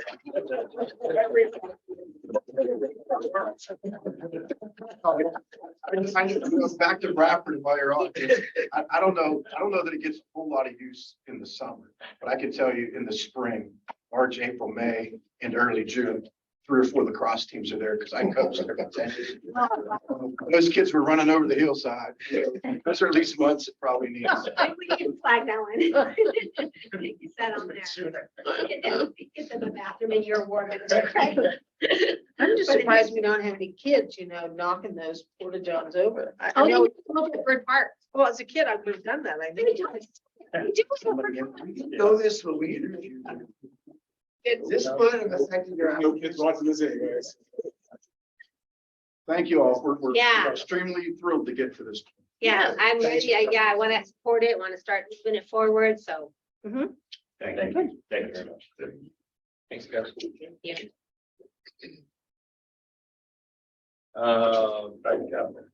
Back to capital. all the other capital.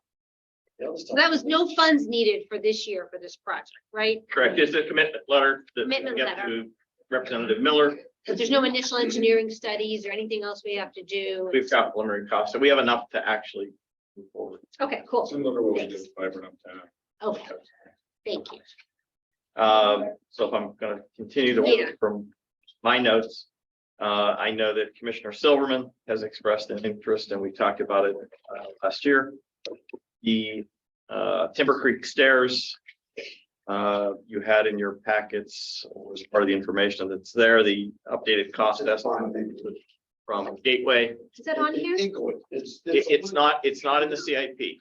It did not get included into the CIP, but I know it was an issue that we talked about previously. From a dollar cost standpoint, it does meet the requirements of a capital improvement project. You may see references to Inglewood rather than I- Timber Creek, so I- just make sure linking. Yeah, I will just, as a way of background. The municipality closed those stairs off as being unsafe. When Tom Kelly was still here, Tom Kelly left in 2015.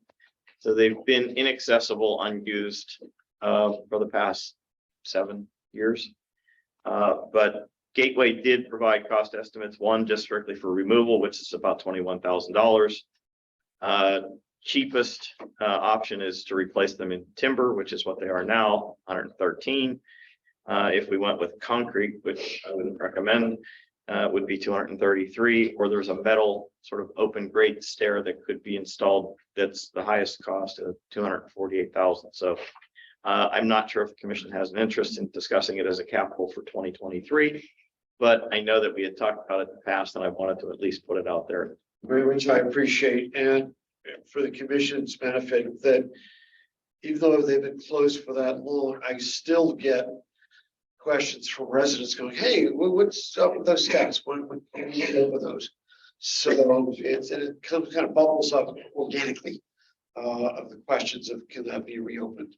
So the residents still remember they were used and we're still interested in making them accessible again. Where does it So I would go? ask for the timber. Well, it happens, it dumps down, it's an individual Uh-huh. dumps down by Timber Creek there, and then people walk, let's say, to Gilkison.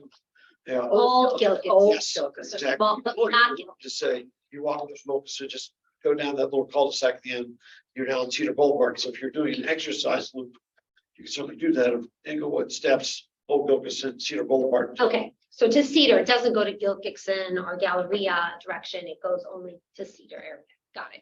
And there's a bus stop at the bottom there that you could take the bus, going into town, but You can't cross. when they're going one way, you can get on the bus. It's going the other way, you don't want to cross the street. Yeah, you can't You cross. can't even, You don't want Wait. to try to cross that street. you could get to a bus on Cedar. And the only way you're gonna get to a bus on Gilkison is to climb over the guardrail. No, I believe there's a stop. in that I don't think so. direction. I thought it was taken away. It was removed. I thought it Well, was on the far side, yes, but on this side, I thought that stop was still there. Yeah, it may, There's one st- right next to Timber Creek. I was gonna say right Yeah, next to that's- Timber Creek, that stop is still there. Okay. And I think it's still there Okay. because of the employees that work at the Oh, yeah. care Oh, the facility. Care Right. facility. Right. That's, Not Lebanon. Man. it's changed names a couple times. I don't know what the current used to be Golden Yes, it Oak, keep it was changing Beverly, But something. the thing is, there is a bus stop Thanks, you there. corrected. Okay. The 36. Mhm. Yeah, but I would tell you that most of the people that are catching the bus there, I would say primarily they would be the employees for that facility, but there would be some residents who potentially would catch that bus. What's the process for that? Like, are we talking about adding it to the things that we would take a look at? Yeah, that was one where that came up as far as doability, if you recall, early on in the year. Yeah. And we also, let's wait and evaluate this. Remit for a whole list of capital items. We're there now Yeah, to say, do we, don't we? We talked, I think, what, February discussion session, January discussion session. February. yeah. Yeah. You want to flag And we it for just the said, future. let's- We'll talk about it then. Well, the future is now. Right. No, but, Wants to flag it well, now. we're not talking about what makes, you want to flag it for the future conversation where we see what makes the cut. Well, We're having a I want, We're just- nothing else I'm gonna say now. I think Steve's I'm not putting it above the line because this is the time to have that discussion. Back Oh. February, March, we said, Okay, let's wait until later. I think Steve's requesting it as an ad. yes. The question, my question, quite honestly, Steve, would be, you're requesting an ad for which of He the, said 113,000 timber. The timber. one in timber, yeah, the least expensive option. got it in? I like that. Okay, Well, I wanted to go over some of the ones that are above the line because I don't understand what they are. Or, one of them is number 9, the Public Safety Center facade. I believe it's a 3 It's a 5-year program, 660,000 total. 660 total, okay. And It's- What's this give us for 200? It's to make some improvements, getting a lot of water penetration into the building. Oh, really? And it's to address that water penetration. When did that start, the water? Probably a couple of years after the building. Yeah, Oh, my goodness. What have you been doing? What have you been doing about multiple Places. places. There's been several fixes. They've worked on it several different times. Patching It's- it. It's Right. better. I mean, water runs somehow down internally in the building. So they're doing Inside the this- wall, comes in the windows. That's terrible. The paint in certain places. So Phil Volio has been working on this for a couple of years now. So we've had ABM, who did the Link project, a couple of the Link Energy Savings Project, identified this as part of their maintenance. At some point, this is going to have to be be addressed. And you may have heard our engineer, Dan Dizeroff, also mention this building is really designed for a different climate than our climate. So long story short, to get us to this, Architect from Virginia. That's right. That's right. No, and you had a local architect who bid on the same project. And we went with the architect Virginia because he sold himself as being able to do public safety buildings. And I'm sitting there thinking it's a damn garage for fire trucks with offices. There's no reason in the world that we ever had to get this stupid architect from Virginia on stop down. Sorry, Nick. How would you like to then? I'm sorry. so long story short, Stay. there is a history with this building of 20 years plus, right? So Yep. really what we're trying to do is work the top-down Yeah, approach sure. to work on the copings. I think I'm using the right terminology. But they're trying to work from the top down. They've looked at it from multiple different avenues. So not only our engineer is now taking the lead, so Gateway's taking the lead, but we've had ABM looking at that. Okay. We've had a separate engineer come in and give us their own consulting opinion on it. They're all kind of in agreement of what needs to happen. Okay, that's good. And That's it's a gonna great be, starting and point. so what we're trying to phase it is similar to what we did with this building. So we had a lot of water penetration in this building, yes, much older, but still had a lot of water penetration, so they're starting from the top down. So they start at the top here and then they start moving on the different sides of the building as so. So the first thing is a roof replacement? Is the roof coping. Just the It's not coping like around the roof. coping around, yeah, the stone. Barrel Yeah. roof on it. Yeah, I saw the barrel. roof. Yeah, instead of a temporary fix, it's a permanent fix, starting to permanently fix those buildings. Okay. And we want to fund it in phased approach, 200, 200, and then another 260 or something. Well, we were talking about funding it over a 5-year phased period Uh-huh. because that fits well with the scope of the work in terms of mobilization and Okay. things. So that's why it's identified that way as part of it. Oh, so we don't get, Like this building where we did it. Yeah. Correct. We did this building, we essentially approached it we did the roof and then we did each Right. side facade. Right. each- Worked our way around the building for lack of a better. And given that building, there's one side that's essentially all windows. Right, and so. Are they telling you need new windows? I don't. We haven't heard that. So, yeah. Just curious. That's all. Sorry. I'll be quiet. Any other questions on ones that were funded? I have one. Yeah, I do. But no, I have another one, but you can go ahead. I will have number 10, the main park playground fall zone. It's Wow. estimated at $63,000, but in the capital improvement plan, it was 139. That's correct. Correct. Philip Foley gave you a presentation Uh-huh. here, and said that they found A way cheaper way to do it. I a cheaper remember way to that. do it. Yes, Okay, so that's recognition of it within the budget. That's Right, correct. so it's fully funded. The whole thing will be replaced. We're That's not doing correct. it in phases or anything. That's correct. 63. That's correct. Cool. We won't see it again next year. That's correct. Okay, I'm good with stuff that was above the line. I have just one on the line.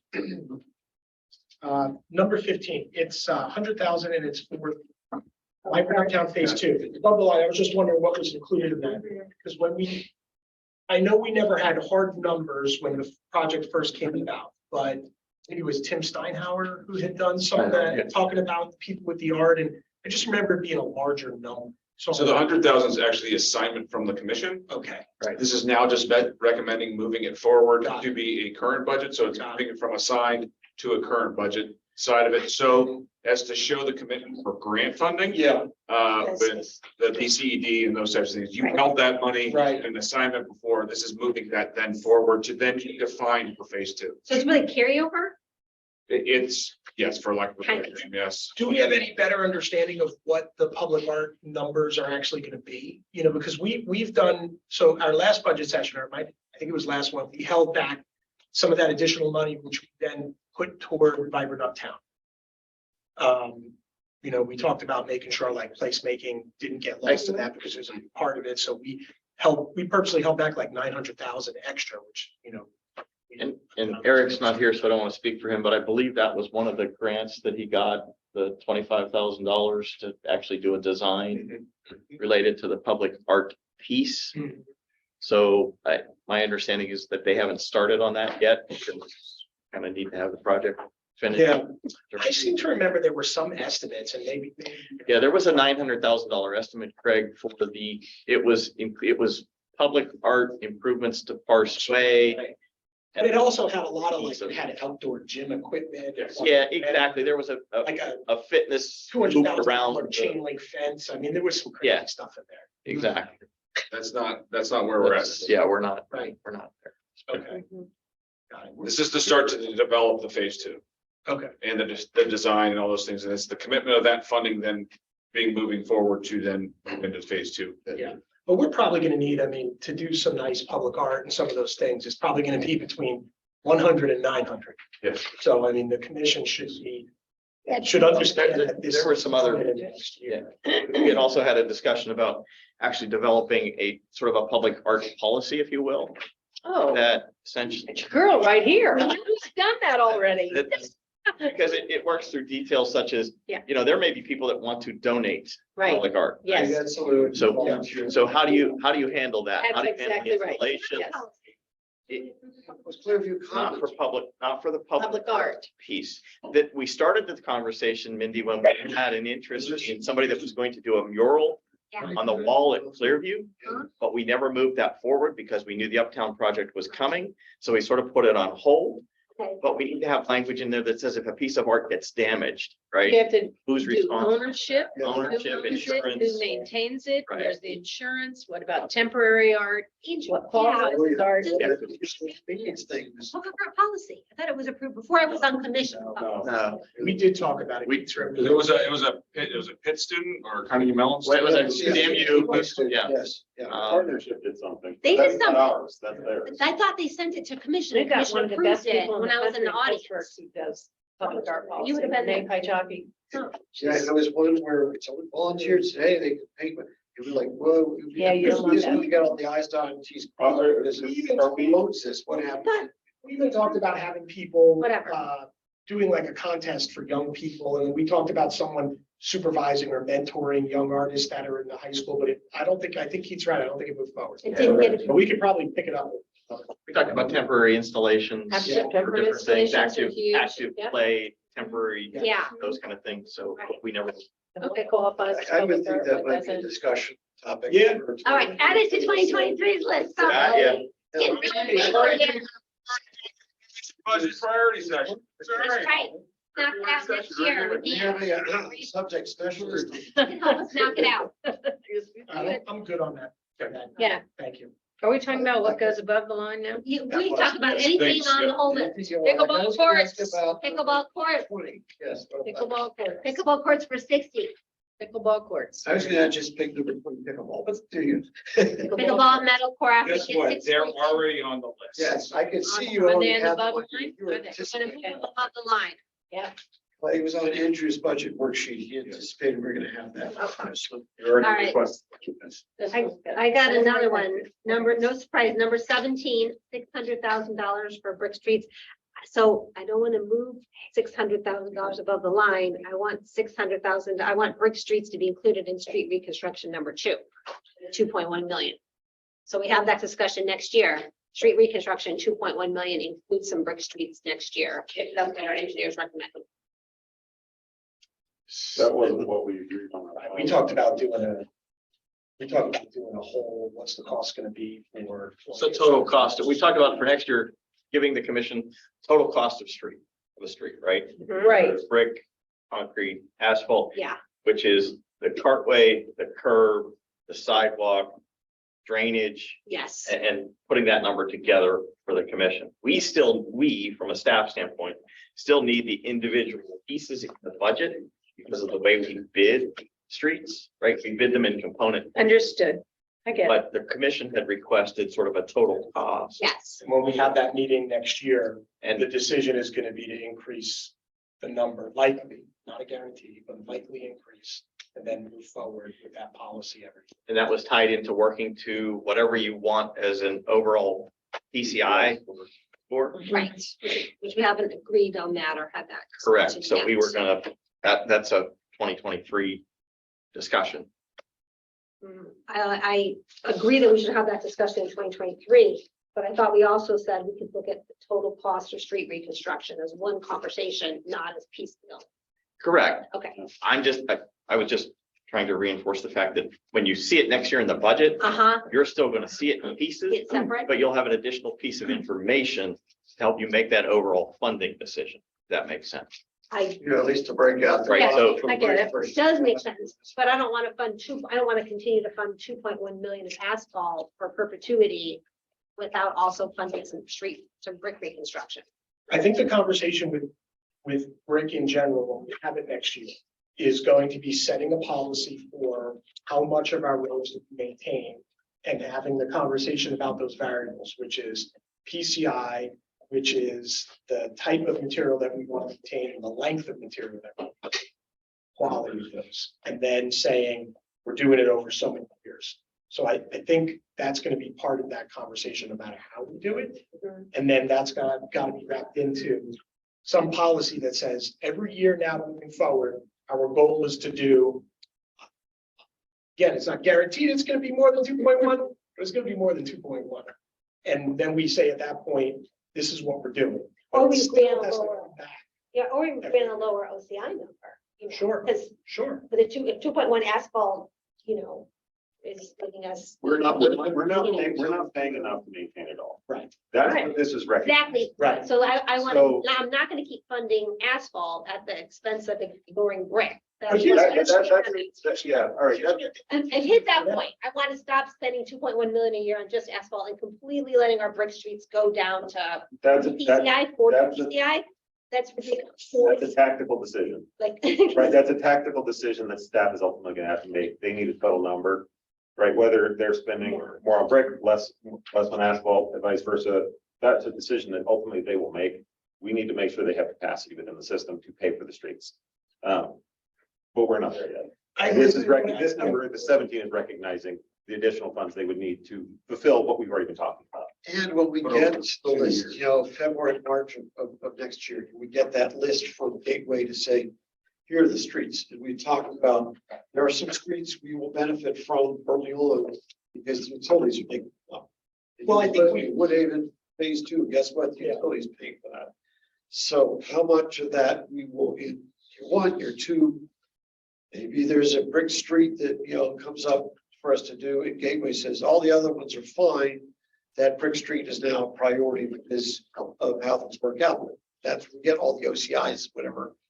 And But we they give did us- ask, not disagreeing with anything you said, but we did ask for that kind of full analysis, like, let's look at the whole thing, and then we would look at that number and decide. I think in the emails we sent across, there were 3 variables or however many there were, and then we make the decision. But I think, I don't know if this is what you're saying, but we've done this with other things where we've not funded the full thing. So like, if you're saying, hey, let's put that number 17 across the board, which is an extra 600, and we decide, Take you it know out of what? 2.1. Let's just do 100,000 or whatever it is and add it to, we need to reconcile all these things at the end of the day.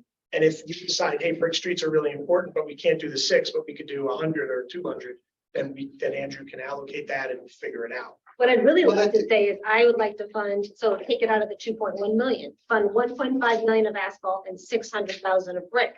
That's not a perfect number, but because staff hasn't given me another decision point, I don't have any other way to make that decision. Well, 2.1 million, 600,000 of that stormwater funding for curbs. Yeah, It's all curbs. So you're really talking about 1.5 million. sure. Or I do 0 and I do. You're talking about, you're talking about Half of it. 40% of it be just bricks. Absolutely. That I would actually say, I would like to take a year where we only do bricks because we've been ignoring bricks for so long. Let's try to catch them up. Well, that's, My real problem. that's where staff interpreted it, as in me and Ian having that conversation after the fact of, that's not gonna necessarily at the detriment of asphalt streets, Yes. is that that's what this 17 is recognizing, that you may need to do that over a couple of years before, boom, it's a year of, here's brick streets. Here's a brick street fully reconstructed, because it's number one out of those three decision points. Andrew, Well, I is this think there were number, is this two- number scalable? Yeah, of course.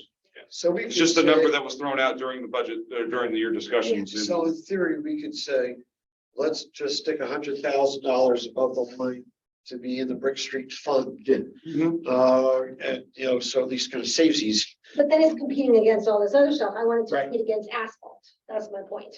We're, So I think there's two separate camps here, and this is kind of where we were, where we left it in the discussion session.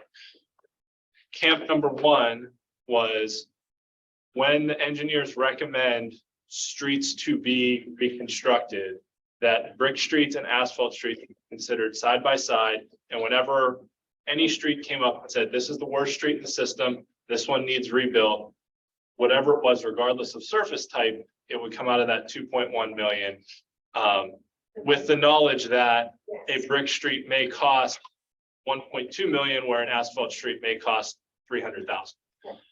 exactly. That, I think, is where the camp Commissioner Randy was in. I think the camp that Commissioner Flynn was referencing was the other part of that discussion, which was, do we want to consider separate pots of funding for asphalt streets and brick streets, which our interpretation from that discussion session was that was kind of where the consensus of the commission was, that they wanted a separate pot of money just for brick streets, that based on that total cost of ownership annualized number that I ran, it was, if you want to preserve whatever was 8.9 miles of brick, you have to put 600,000 away every year. You may not spend it in 1 year, because it might be, we have to bank 600,000 this year, Exactly. bank 600,000 next year to have 1.2 million to do one block of brick streets.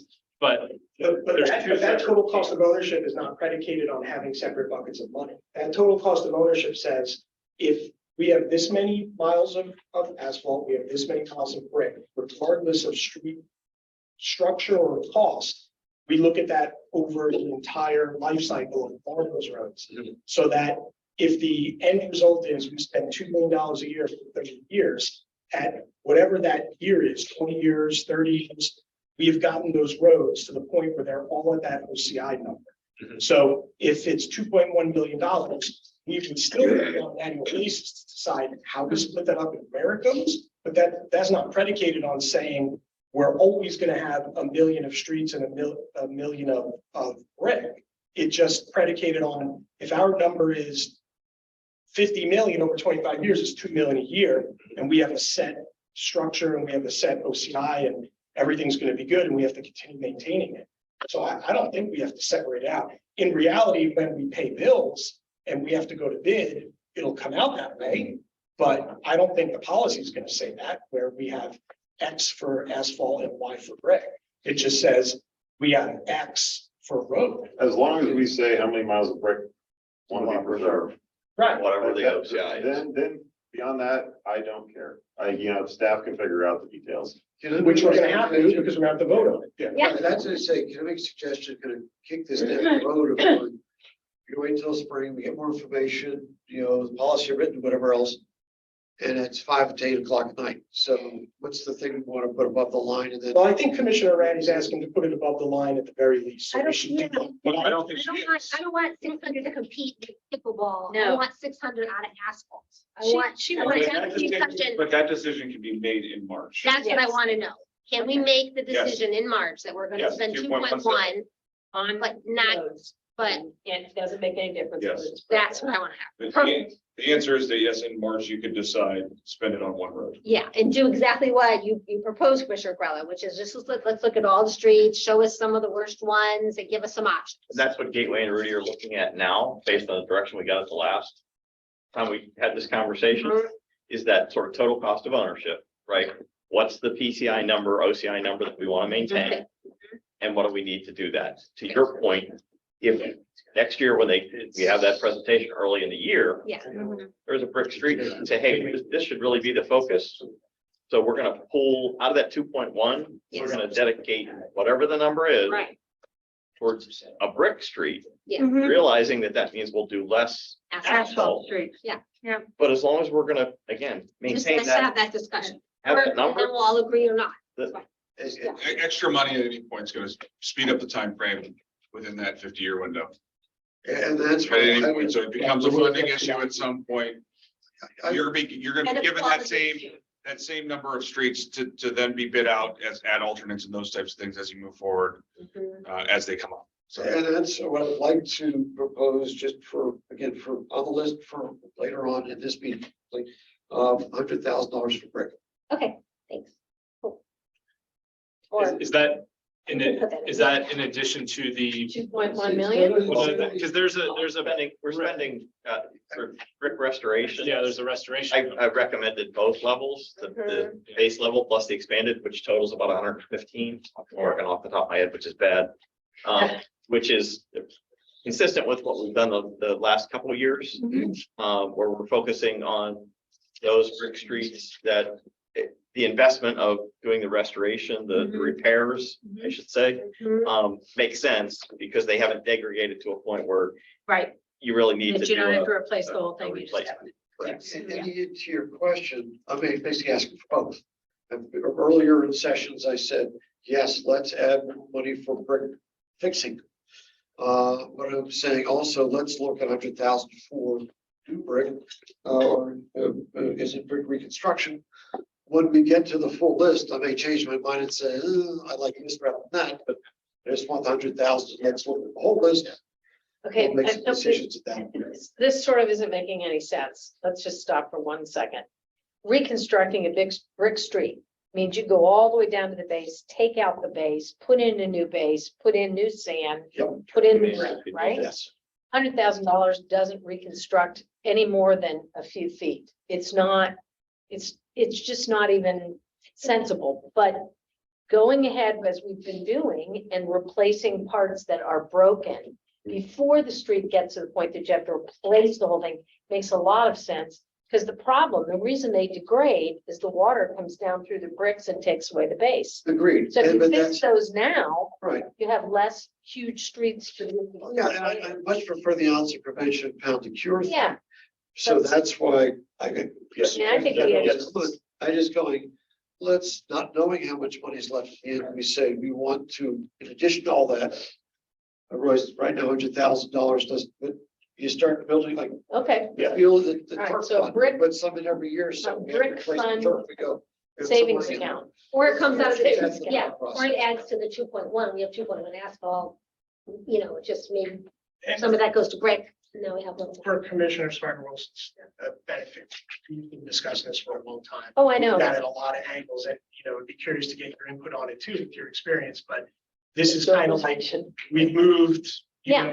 the ball, so to say, down the line. Oh, no, I know. We've got to, But when we have this conversation in March, I think it's going to be important because this decision point is going to come up again. right, About Yes. right. the numbers and Yeah. how we look at it over time, the roads in general. But I would like to say this too, I'm just gonna interject here. Yeah. To Commissioner Silverman's point, this can be done in March. Right. It doesn't Okay. need to be done now. All right. To then Yeah. back up Commissioner Rainey's point, I get that we can put it there, we can do it now, but that discussion does happen in March. Okay, So. We voted. okay. Well, other CIP stuff, this is just like FYI, I'm not asking to move it around, but when I look at the CIP for 2023, there's only 2 items that were recommended to be funded in 2023. It didn't make it above the line to the manager's. I bet I can guess both of them. Go. Watch commander vehicle and the fire utility vehicle. No, didn't fire utility make it? No, Fire utility didn't. What is it? you missed one. I don't see it on here though at all. No, it's not on there, Oh, but it's on. didn't make it at all, not even like, that's why I didn't find it. Watch commander vehicle, too low mileages. They don't recommend replacing it at 23. It was on a 5-year rotation. They're recommending wait to the 6th year. Okay, Fire utility vehicle, they're able to swap out a police vehicle that's coming out of the fleet that they feel meet their needs to replace that vehicle. Fabulous. It's cost saving savings. us money all the time. Okay, North Meadowcroft Park ADA for $412,000. On number 22, That was recommended for 2023. but not recommended based on the manager's recommended budget. No, so the CIP is not recommendation. It's our planning, It's part of the planning process, but depending on it, it's not a budget. yes. So I just wanted to highlight that. Yes. We were, at one point, we were planning on doing that. Thankfully. My ward is requesting it. But it's a big expense, $400,000. So something to keep in mind for maybe next year.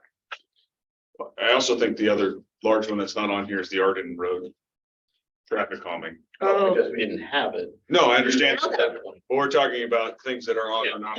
Yeah. And that's on what- my Okay, secondary list. okay. So, Whatever you want, hon. So we have recently had conversations in 2019. Arden was approved for traffic calming study. Because of the pandemic, we weren't really able to take accurate traffic counts. yeah. So Sure. we pushed that Yeah. to actually get those. More recently, and Commissioner Randy's been very heavily involved with that whole effort. We've seen a couple presentations from Mike Haberman from Gateway Engineer to look at a variety of traffic calming improvements totaling anywhere between $143,000 to $156,000. It seems to have a lot of support of the residents. I think we've been able to work through the question we had about the traffic calming, the one traffic calming, I'll say improvement at that intersection where there was some question about emergency response vehicles, other vehicles. But it has risen because of the cost to the level of actually being a capital project at this point in time. So again, if the commission wants to add that, I just need that direction. I would like to flag it. I just want to get a little clear on the numbers. So there's a range 143 to 166. So I'll fund the full, I mean, I'd like to request to fund the full 166, but I understand that there's some carryover funds available. It's about 20,000. 20,000. Okay, so then you could just put that in there. So 166 carried over is going to get us down to 146. And then there might be a possibility of doing some of it with our street reconstruction project as well. Not necessarily. Okay. We would look at that Yeah, we'll at that look point. at it, but I don't want to tell you that because I don't know that to be the case. Okay. So 146. Anything else on capital? If you're asking me that question, these aren't necessarily, I try to be complete in responding to things I've heard through the course of conversation. So there was a conversation at some point in the year, and again, this was Indy dealing, I think, primarily with the Parks Board, about creating an ADA accessible path to the garden plots. Oh, I'm not That was a familiar with that. peripheral All right. conversation about we have gardeners with different physical abilities and what would it cost to look at that. I did reach out and got a number from Gateway. It's $54,000. So Is that a concrete path? it would be not necessarily a concrete path. It would be an ADA accessible path from I'll say something similar to what we've done in over at Rob Hollow with the crushed aggregate that again meets the requirements for ADA. We were trying to address the slope as you go down. Potentially creating. Does it have a railing? Back, that would be part of what would be included. But again, I don't know that that's a priority for the commission. I just wanted you to have the information. I sometimes think some of these things, if you're doing a garden plot, you're probably not doing from a wheelchair. If you're talking crushed stone, you're also not doing for a wheelchair because they can accommodate crushed stone. Sometimes a railing is all you need. Yeah. So just wanted to give you a number for that. Commissioner Randy had asked for a number for architectural study for the rec center. That one. Ian, David, and Greg had been working on that, 35 to 50. 35 to 50 is pretty much what we came up with, depending on scope of work. But the only way to do that reasonably is to do the master plan for Main Park at the same time. 100,000? I recommend, yeah, I 80 mean, to I would 100? say, yeah, if you're 80 to combining 100? it together, probably 80 to I 100. think it only makes sense to combine them together. I think you That's just- the master plan. You did, yeah. Sees by combining the two, is that what you're trying to? In an earlier. It just yeah. makes for a better study. It just, because you can't, it just makes for a much better study. to Have the two together. I mean, the So the efficiency is a project, but efficiency is a cost.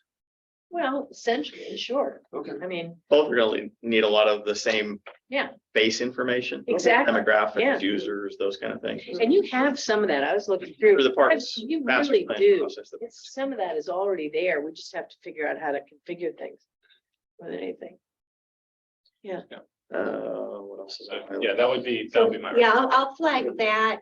What's the number that you suggest flagging for the architecture study? Was 35 to 50, Okay, and then we already have it. and you had already, But you'd already flagged the main park master plan. Main peg matters. If you put So- the two together, I think you're between 80 to 100. I don't know what the. And I would do them It together. was 30. 30. Do them separate. Yeah, So it'd be so, 80 and 100. yeah, you'd be, I'm sorry, I didn't hear.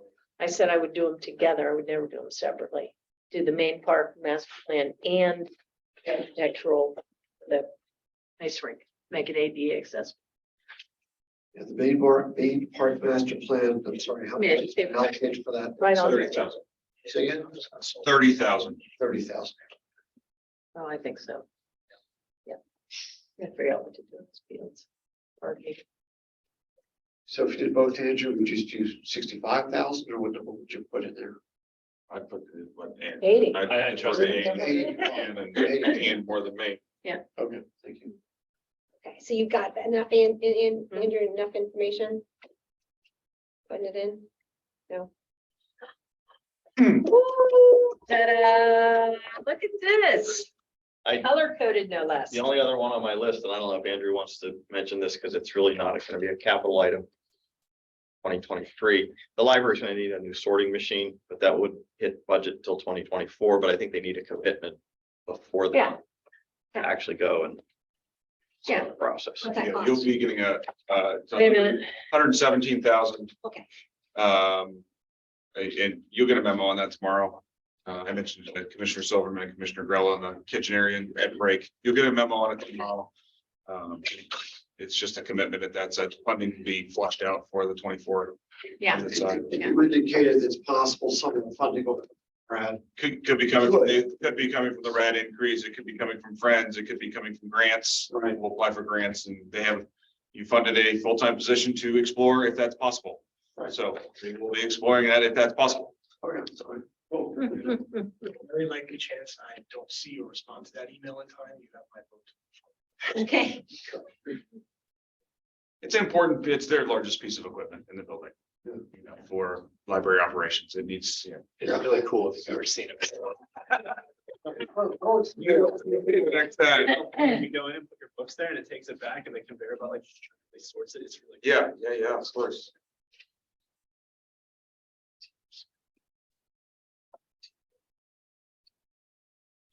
How do you want it? Andrew, question for you, what's your? Right. are we talking about the Well, I have a one you question count? for Andrew. Or just Yeah, like- fire away. I'm just giving you Craig a Okay, link. is the treasury tax collection where you have it listed, and I just want to make sure I've got that that's. Revenue changes. Yeah. Is it the next thing? Right. Because we collect. You've already counted Is it like- that. That's what I was trying to figure. I have a big question, but I don't want to ask it. Forum. Well, Do you need an executive session that is fully permissible within a budget discussion? If you need a Yeah, executive session, I need a 5-minute executive session break. okay? fair enough. Awesome. Well, we could just. Yes. Power Pause that the we have. recording, right? Yeah, I did. So we're not being recorded. We're not being broadcast, right? Make sure. And spins All right, we come back from an executive session to discuss personnel matters. So at this point, you want to walk us through the list, Andrew? Yeah, so if we're gonna go through the list tonight, I would say that you did get, did not belabor tonight, you did get a list of carryovers and our Yes. recommendation of carryovers. If you have any questions on that, please feel free to ask me via email or call me. Okay. Feel free, I'm more than happy to discuss those with you. And those for the viewing audience at home, those will be available in the final budget that you get. So those will be there. So walking through, Commissioner Silverman, you had a question about Would you have a question about? Well, it looks like it's there. I think first, the treasury tax collection, school district contribution. Yes. So just going, you don't have that funded up down the category, so just. No, it's not funded because you haven't funded the intern yet. As soon as you fund the intern, that gets funded. You put the intern above the line, the summer intern above the line, as soon as that, yes, Thank you, that. that's what those Ys mean. If you put a Y there, there will be a Y. Well, no, that, it was just Yeah. what the other thing it's related to. Yes, it's related to that intern. The other question is for like, so for explaining, talk about brick. For street maintenance items, so 11 and 12. Or no, 11, 12, 13, correct. And certainly for the expanded brick restoration. Could be any number, it's like Yes. 0 to blank.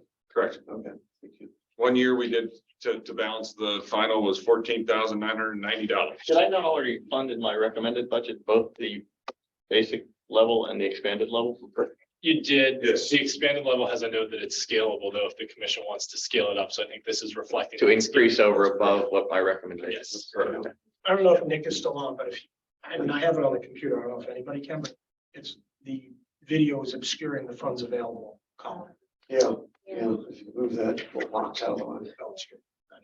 I mean, There you go. So let's go back to our revenue. You see it now?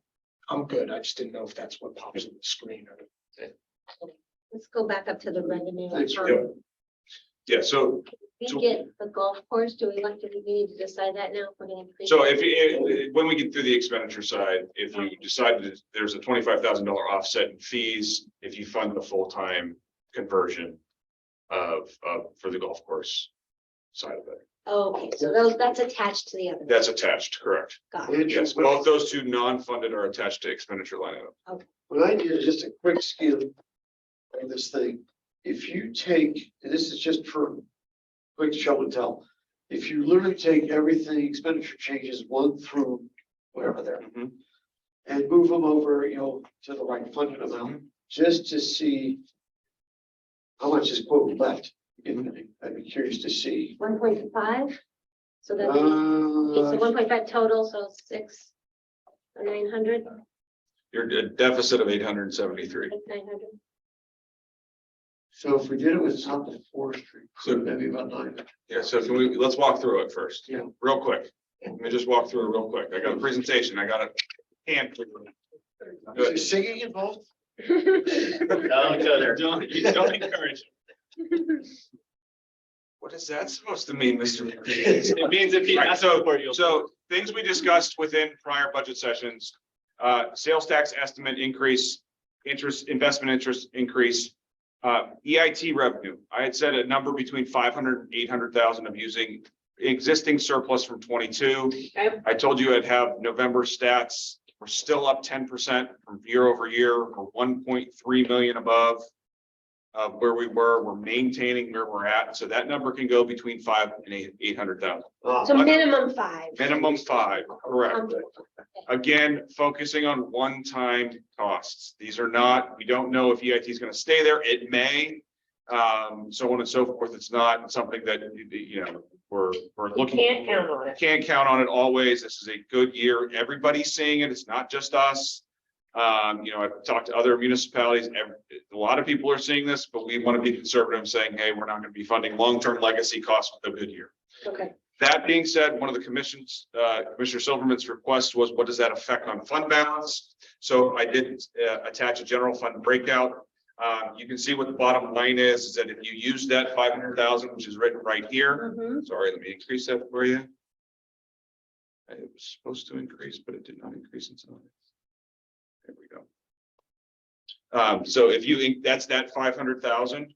Yeah. It stays at 16.8% based on my projections at year end. 16.8, okay. We were at 16.7 for the prior year, And tell me all again, what's our goal? I ask it. 15%. That's assuming we, It's the goal. that's assuming we allocate the 6 something that's in the. And not just say, don't fund anything, save it. Correct, Got it. correct, yes. So if you then change that to 800,000, your general fund balance percentage only goes down to 16.1 Wow. using those excess surplus. It's my, again, 1% equals how many dollars? A full percentage point equals how many dollars? $408,000. 1% equals 400. 408,000. 1% of this 40 million. Okay, you can see it up here in the formula bar. Oh, up there, okay, thank you. 410,000 feet Okay, rounding. That makes sense? it makes sense. Just want to make sure that everybody knows that. So that's where the 500,000 to 800,000, depending on how conservative you want it to be there. So I actually can't see that. So let's put that. For whatever it's worth, I, always caution against adding additional labor just because. Absolutely, it's reoccurring. Legacy. Opposite, yeah. One-offs.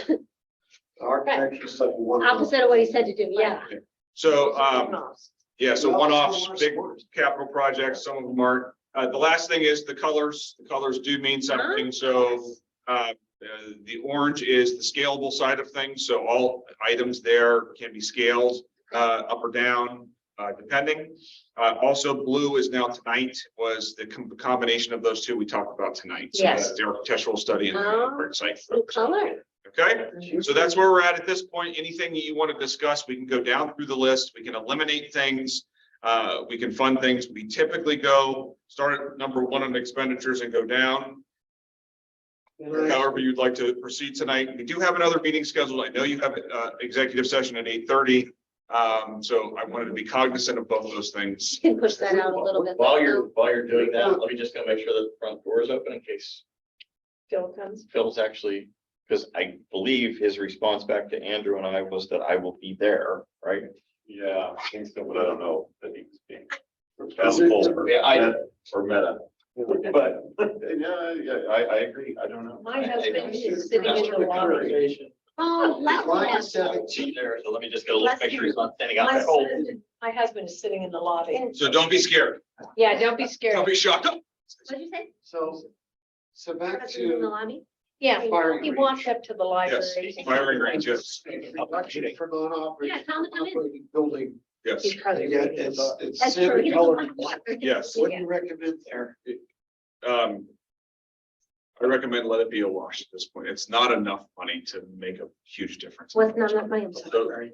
The firing range operating reduction, because you still have HVAC maintenance, you're paying all the warranty on the equipment that's existing there. Oh, yeah. I Small tried. janitorial, if we get it up and running, a lot of that number is, supplies to get it up and running. Oh, yeah. I thought- And Okay, but it it's there. Right, I get that, but if it's even in November, you're buying all the custodial supplies, all the Right. things to get it up and running, shooting targets.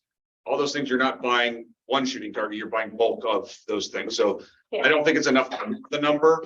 That was, zero. yes, Okay. okay, yes. And Can then- I make a suggestion? I see Mr. Flynn is our president. To kind of do a quick go down the list and see if there are any sort of slam dunks that have 3 votes. Like for instance, like capital improvements, pickleball courts. I think there We are. can afford it all No. No, because that was the question I asked it going, maybe not. without forestry. Without forestry. And again, how much for labor as opposed to one-time things like the pickleball courts, how much for. All right, point is taken. Can we go through? Let's go down the that list. Quickly. Yes. Phil is here. He said he's fine on time. Bill, on the other hand, said he doesn't want to be here all night. I'm just. Quickly through those items. Yeah, so full-time maintenance position does have long-term costs. The locker replacement is not. That's a one-time as needed. Locker replacements. Let's go. Yes. Okay, there's one. Pickleball courts. ALPR does have long-term costs in the fact you're gonna have to pay maintenance and replacement if you then have it and then move forward. This was the idea that you're gonna put ALPR in the frontline 6 vehicles eventually in all police. I want to support one of those, whatever one the police said was more important. That was like. Community-based surveillance or. Community-based surveillance cameras, to remind you that we don't know what that cost is gonna be because of the contract. That's right. Companies That's being right. bought out. That's right. So let's do ALPR as my vote. Anybody else want ALPR? Just I one. want to hear what Ian says. So I just want to know how many Say again? cameras. I would go the other way with the cameras. Oh, you want the cameras? cameras is what. We can come back to that. You asked for long-term ongoing costs. They're both long-term ongoing costs. We know the ones for ALPR in the cars. we are unsure of the long-term costs for fixed ALP. How much money? $40,000 ALPR, does that only buy one ALPR? It buys at least two, Thank you. That's what I was asking. yes. I would say go for 20 and get one. Okay. What do you guys think? Doesn't two You have finish it to though? cut. Two So finishes. do the community-based surveillance and one ALPR. I second what Commissioner Grell said, 20,000 for That's fine. LPR and 20,000 for community-based surveillance. I thought we got good rates at that, like we were locked in or something and it might go up, the ALPRs. I'll third that one. 20 is 20. Yeah. So, They talked about the importance of the surveillance cameras, and I agree, so. Yeah. That's good. Yeah. And we'll report back to you as we get closer to that side of it. Yeah. Events coordination, so this was scalable for support. For events coordination, this was a brand new item. It was asked for in prior years. I asked for it, it's to offset the director costs that are going into event coordination now. but it's like a third party. It's not like hiring an employee. Correct. Then I'll say yes. I mean, just try it a year, see if it's Well, helpful. no, the point is saying because it's a third Yeah. party, try it for your yes. Exactly, Well, just the okay. contractor, The legacy cost. exactly. So that's why we yes. And if Laura says it's not helpful, Rudy says, or That's David says, two no, yes votes. I don't know if we have. Anybody? doesn't sound like it. Okay. Eric's time. Eric spends his time doing events. Architectural study and main site program being together as we discussed tonight. Yes, Yes. Grants funding will also probably most likely be sought for that as well, if possible. Yeah. Right. let's stay short. Explored. The public works full-time inspector does have legacy costs and you were provided those. Right. That's the position for Rudy that he had spoke about. Not yet. So we have all the expandable brick street reconstruction, or brick restoration, I'm sorry, I misread that, asphalt overlay and expanded reconstruction for curbs. The items 11 and 12 are tied together, or I'm sorry, 12 and 13 are tied together. I see. So 33% of whatever you funded asphalt overlay also needs to go to curbs. And Curbs has a separate funding source though. That's already used up. Okay, Can we? This would all be general fund dollars at this point. got Can we it. get back to this?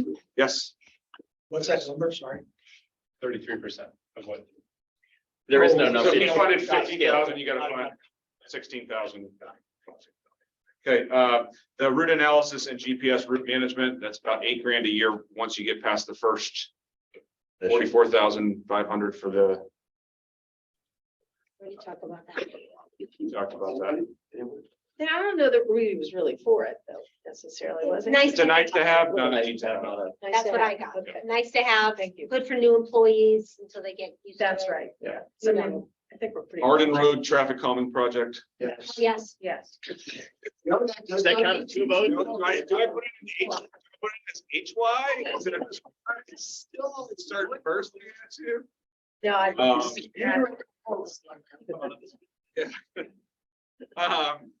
Building alarm system at the Public Works Building. As they stated, there is no current alarm system on the building. Oh, Is yes. this the fire and police? No. No, Public Works Building. Public Works. Yes. New Public Works building down. So some of this coordination for the history for Ann is a portion of the Public Works design was not funded.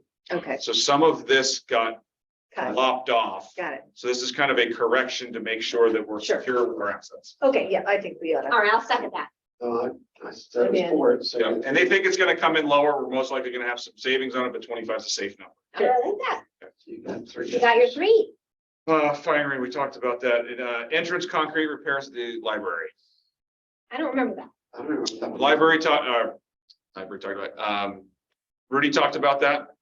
The concrete in front of and up the side of the library would be replaced.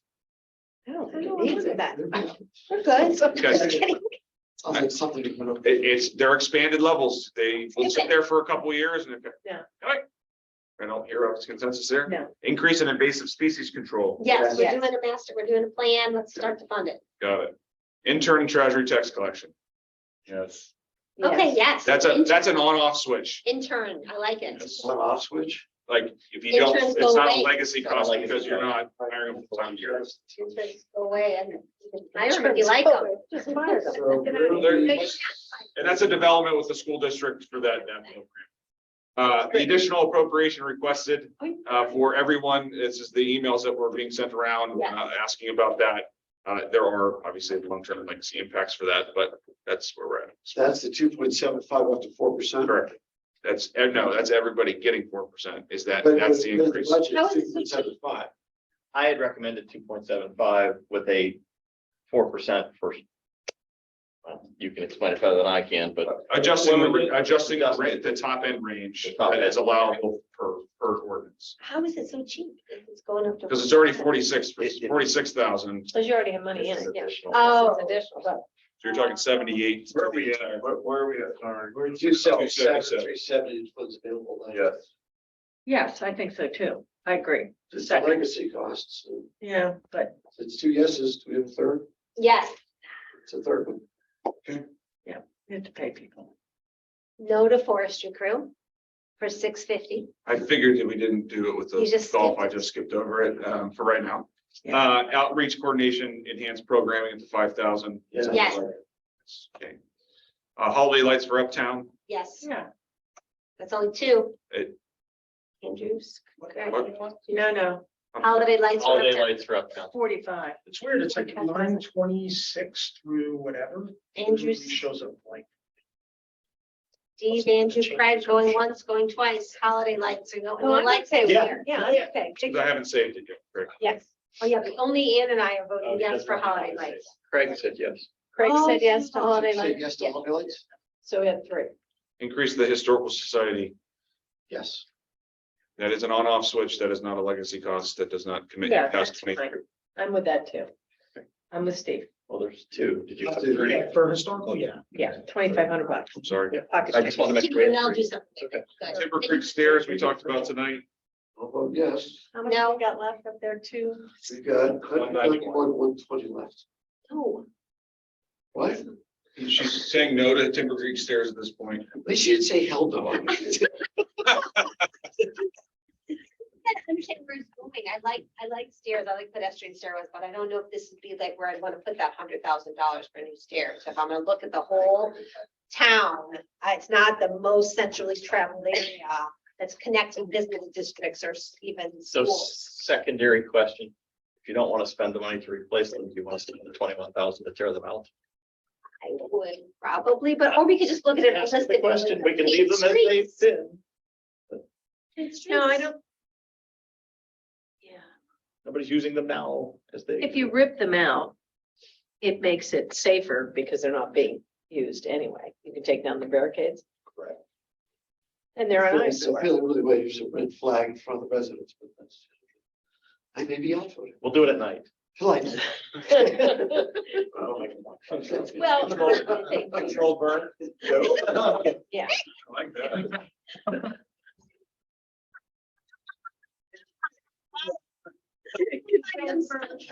Yeah. You may set the hillside on its That's a question. You're one vote for take them out, right? Is there a 3 vote? Well, yeah, I probably would take them out. But I don't, I kind of. I don't think that means you can't put, you have to take them out before you put new ones in anyway. Absolutely. So if you take them out, you can always say, we're gonna consider for 24, 23, whatever. year. 113 then comes down, a percentage, large percentage of the removal cost is gone. Yeah, so you say part of it is, we've done. There may be some efficiencies, in fact, when you take them out, but See if I That would be a tough sell.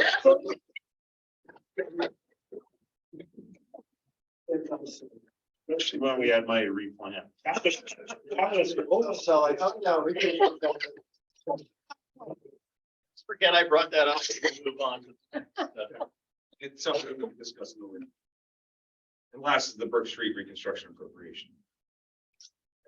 Or asphalt street reconstruction gets expanded and all streets. Just kidding. I'll stop. Can you go back up and see what we didn't fund? Because we've got, what does that say, 191? So, because we have an option to do a few of these scale ones, right? Yes, so I would recommend, I think I will speak, I think he's still on, but Rudy may be there to, known him long enough. You get your most bang for your buck with asphalt overlay. And from what he budgeted this year, it was at the same dollar amount, although we all know the prices have increased. So we may get less road next year, so it may make sense to increase the appropriation because we didn't. Or asphalt overlay to continue with the program and get the most bang for your buck with the asphalt. But to Mindy's point, Or or, increase.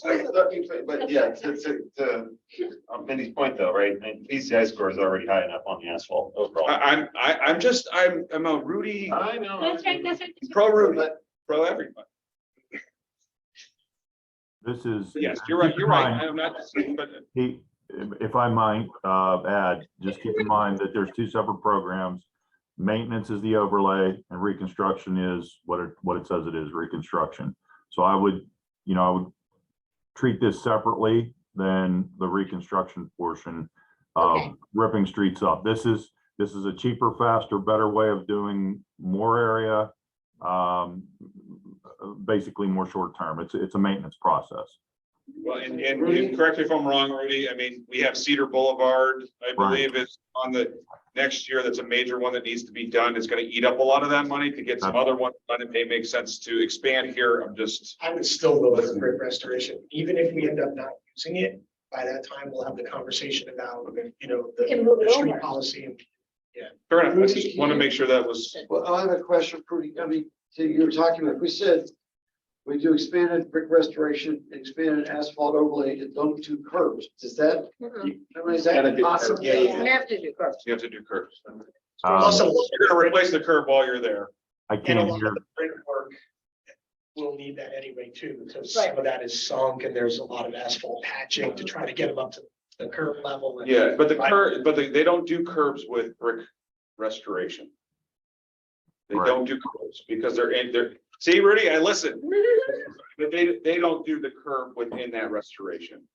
Oh, so it'd have to be a different thing. They only do that really when you reconstruct it because it's all tied into the base. 100% of the money in brick restoration goes to fixing brick surfaces. Stuff for brick restoration.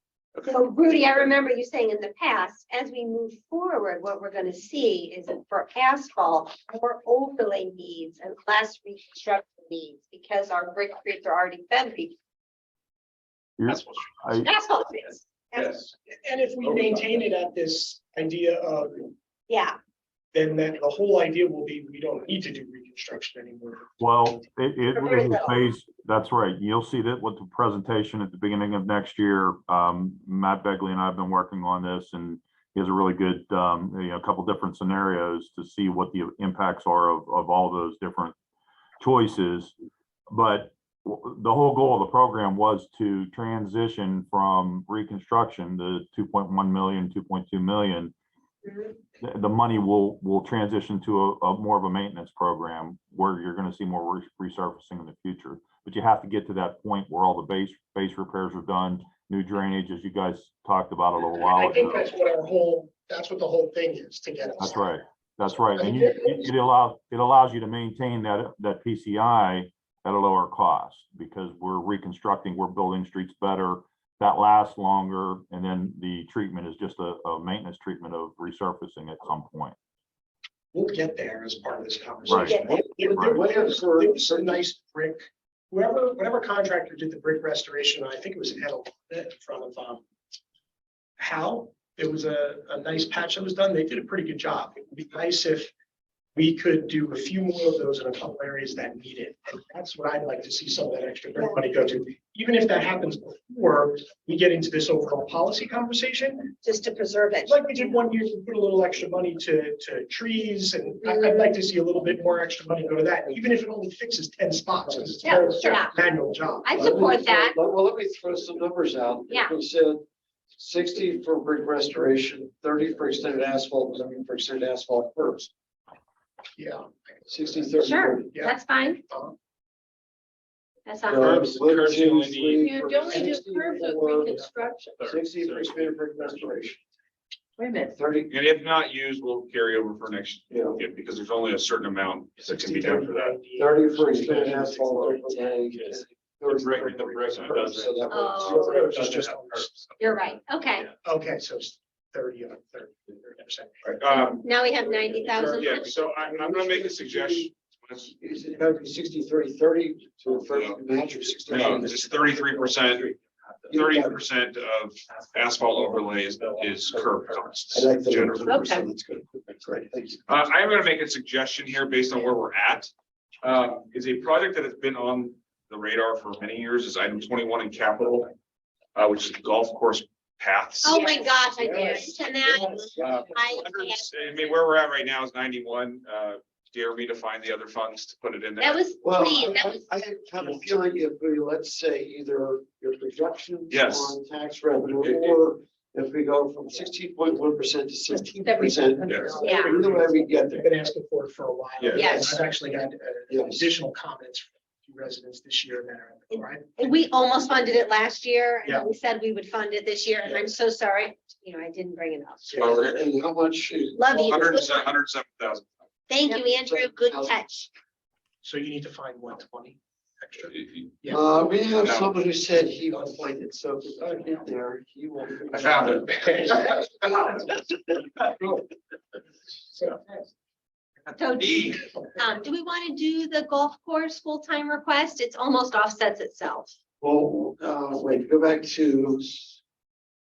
I thought we'd get down to zero. Yeah, We're gonna be, I just haven't added it yet. I'd be, has it just get back to adding labor? Because it's ongoing. Yeah. But yeah, Yeah, but that's just my worry. yeah. I also, just for point, just to make sure that you're aware that the golf course manager is retiring. Right. In January. Okay.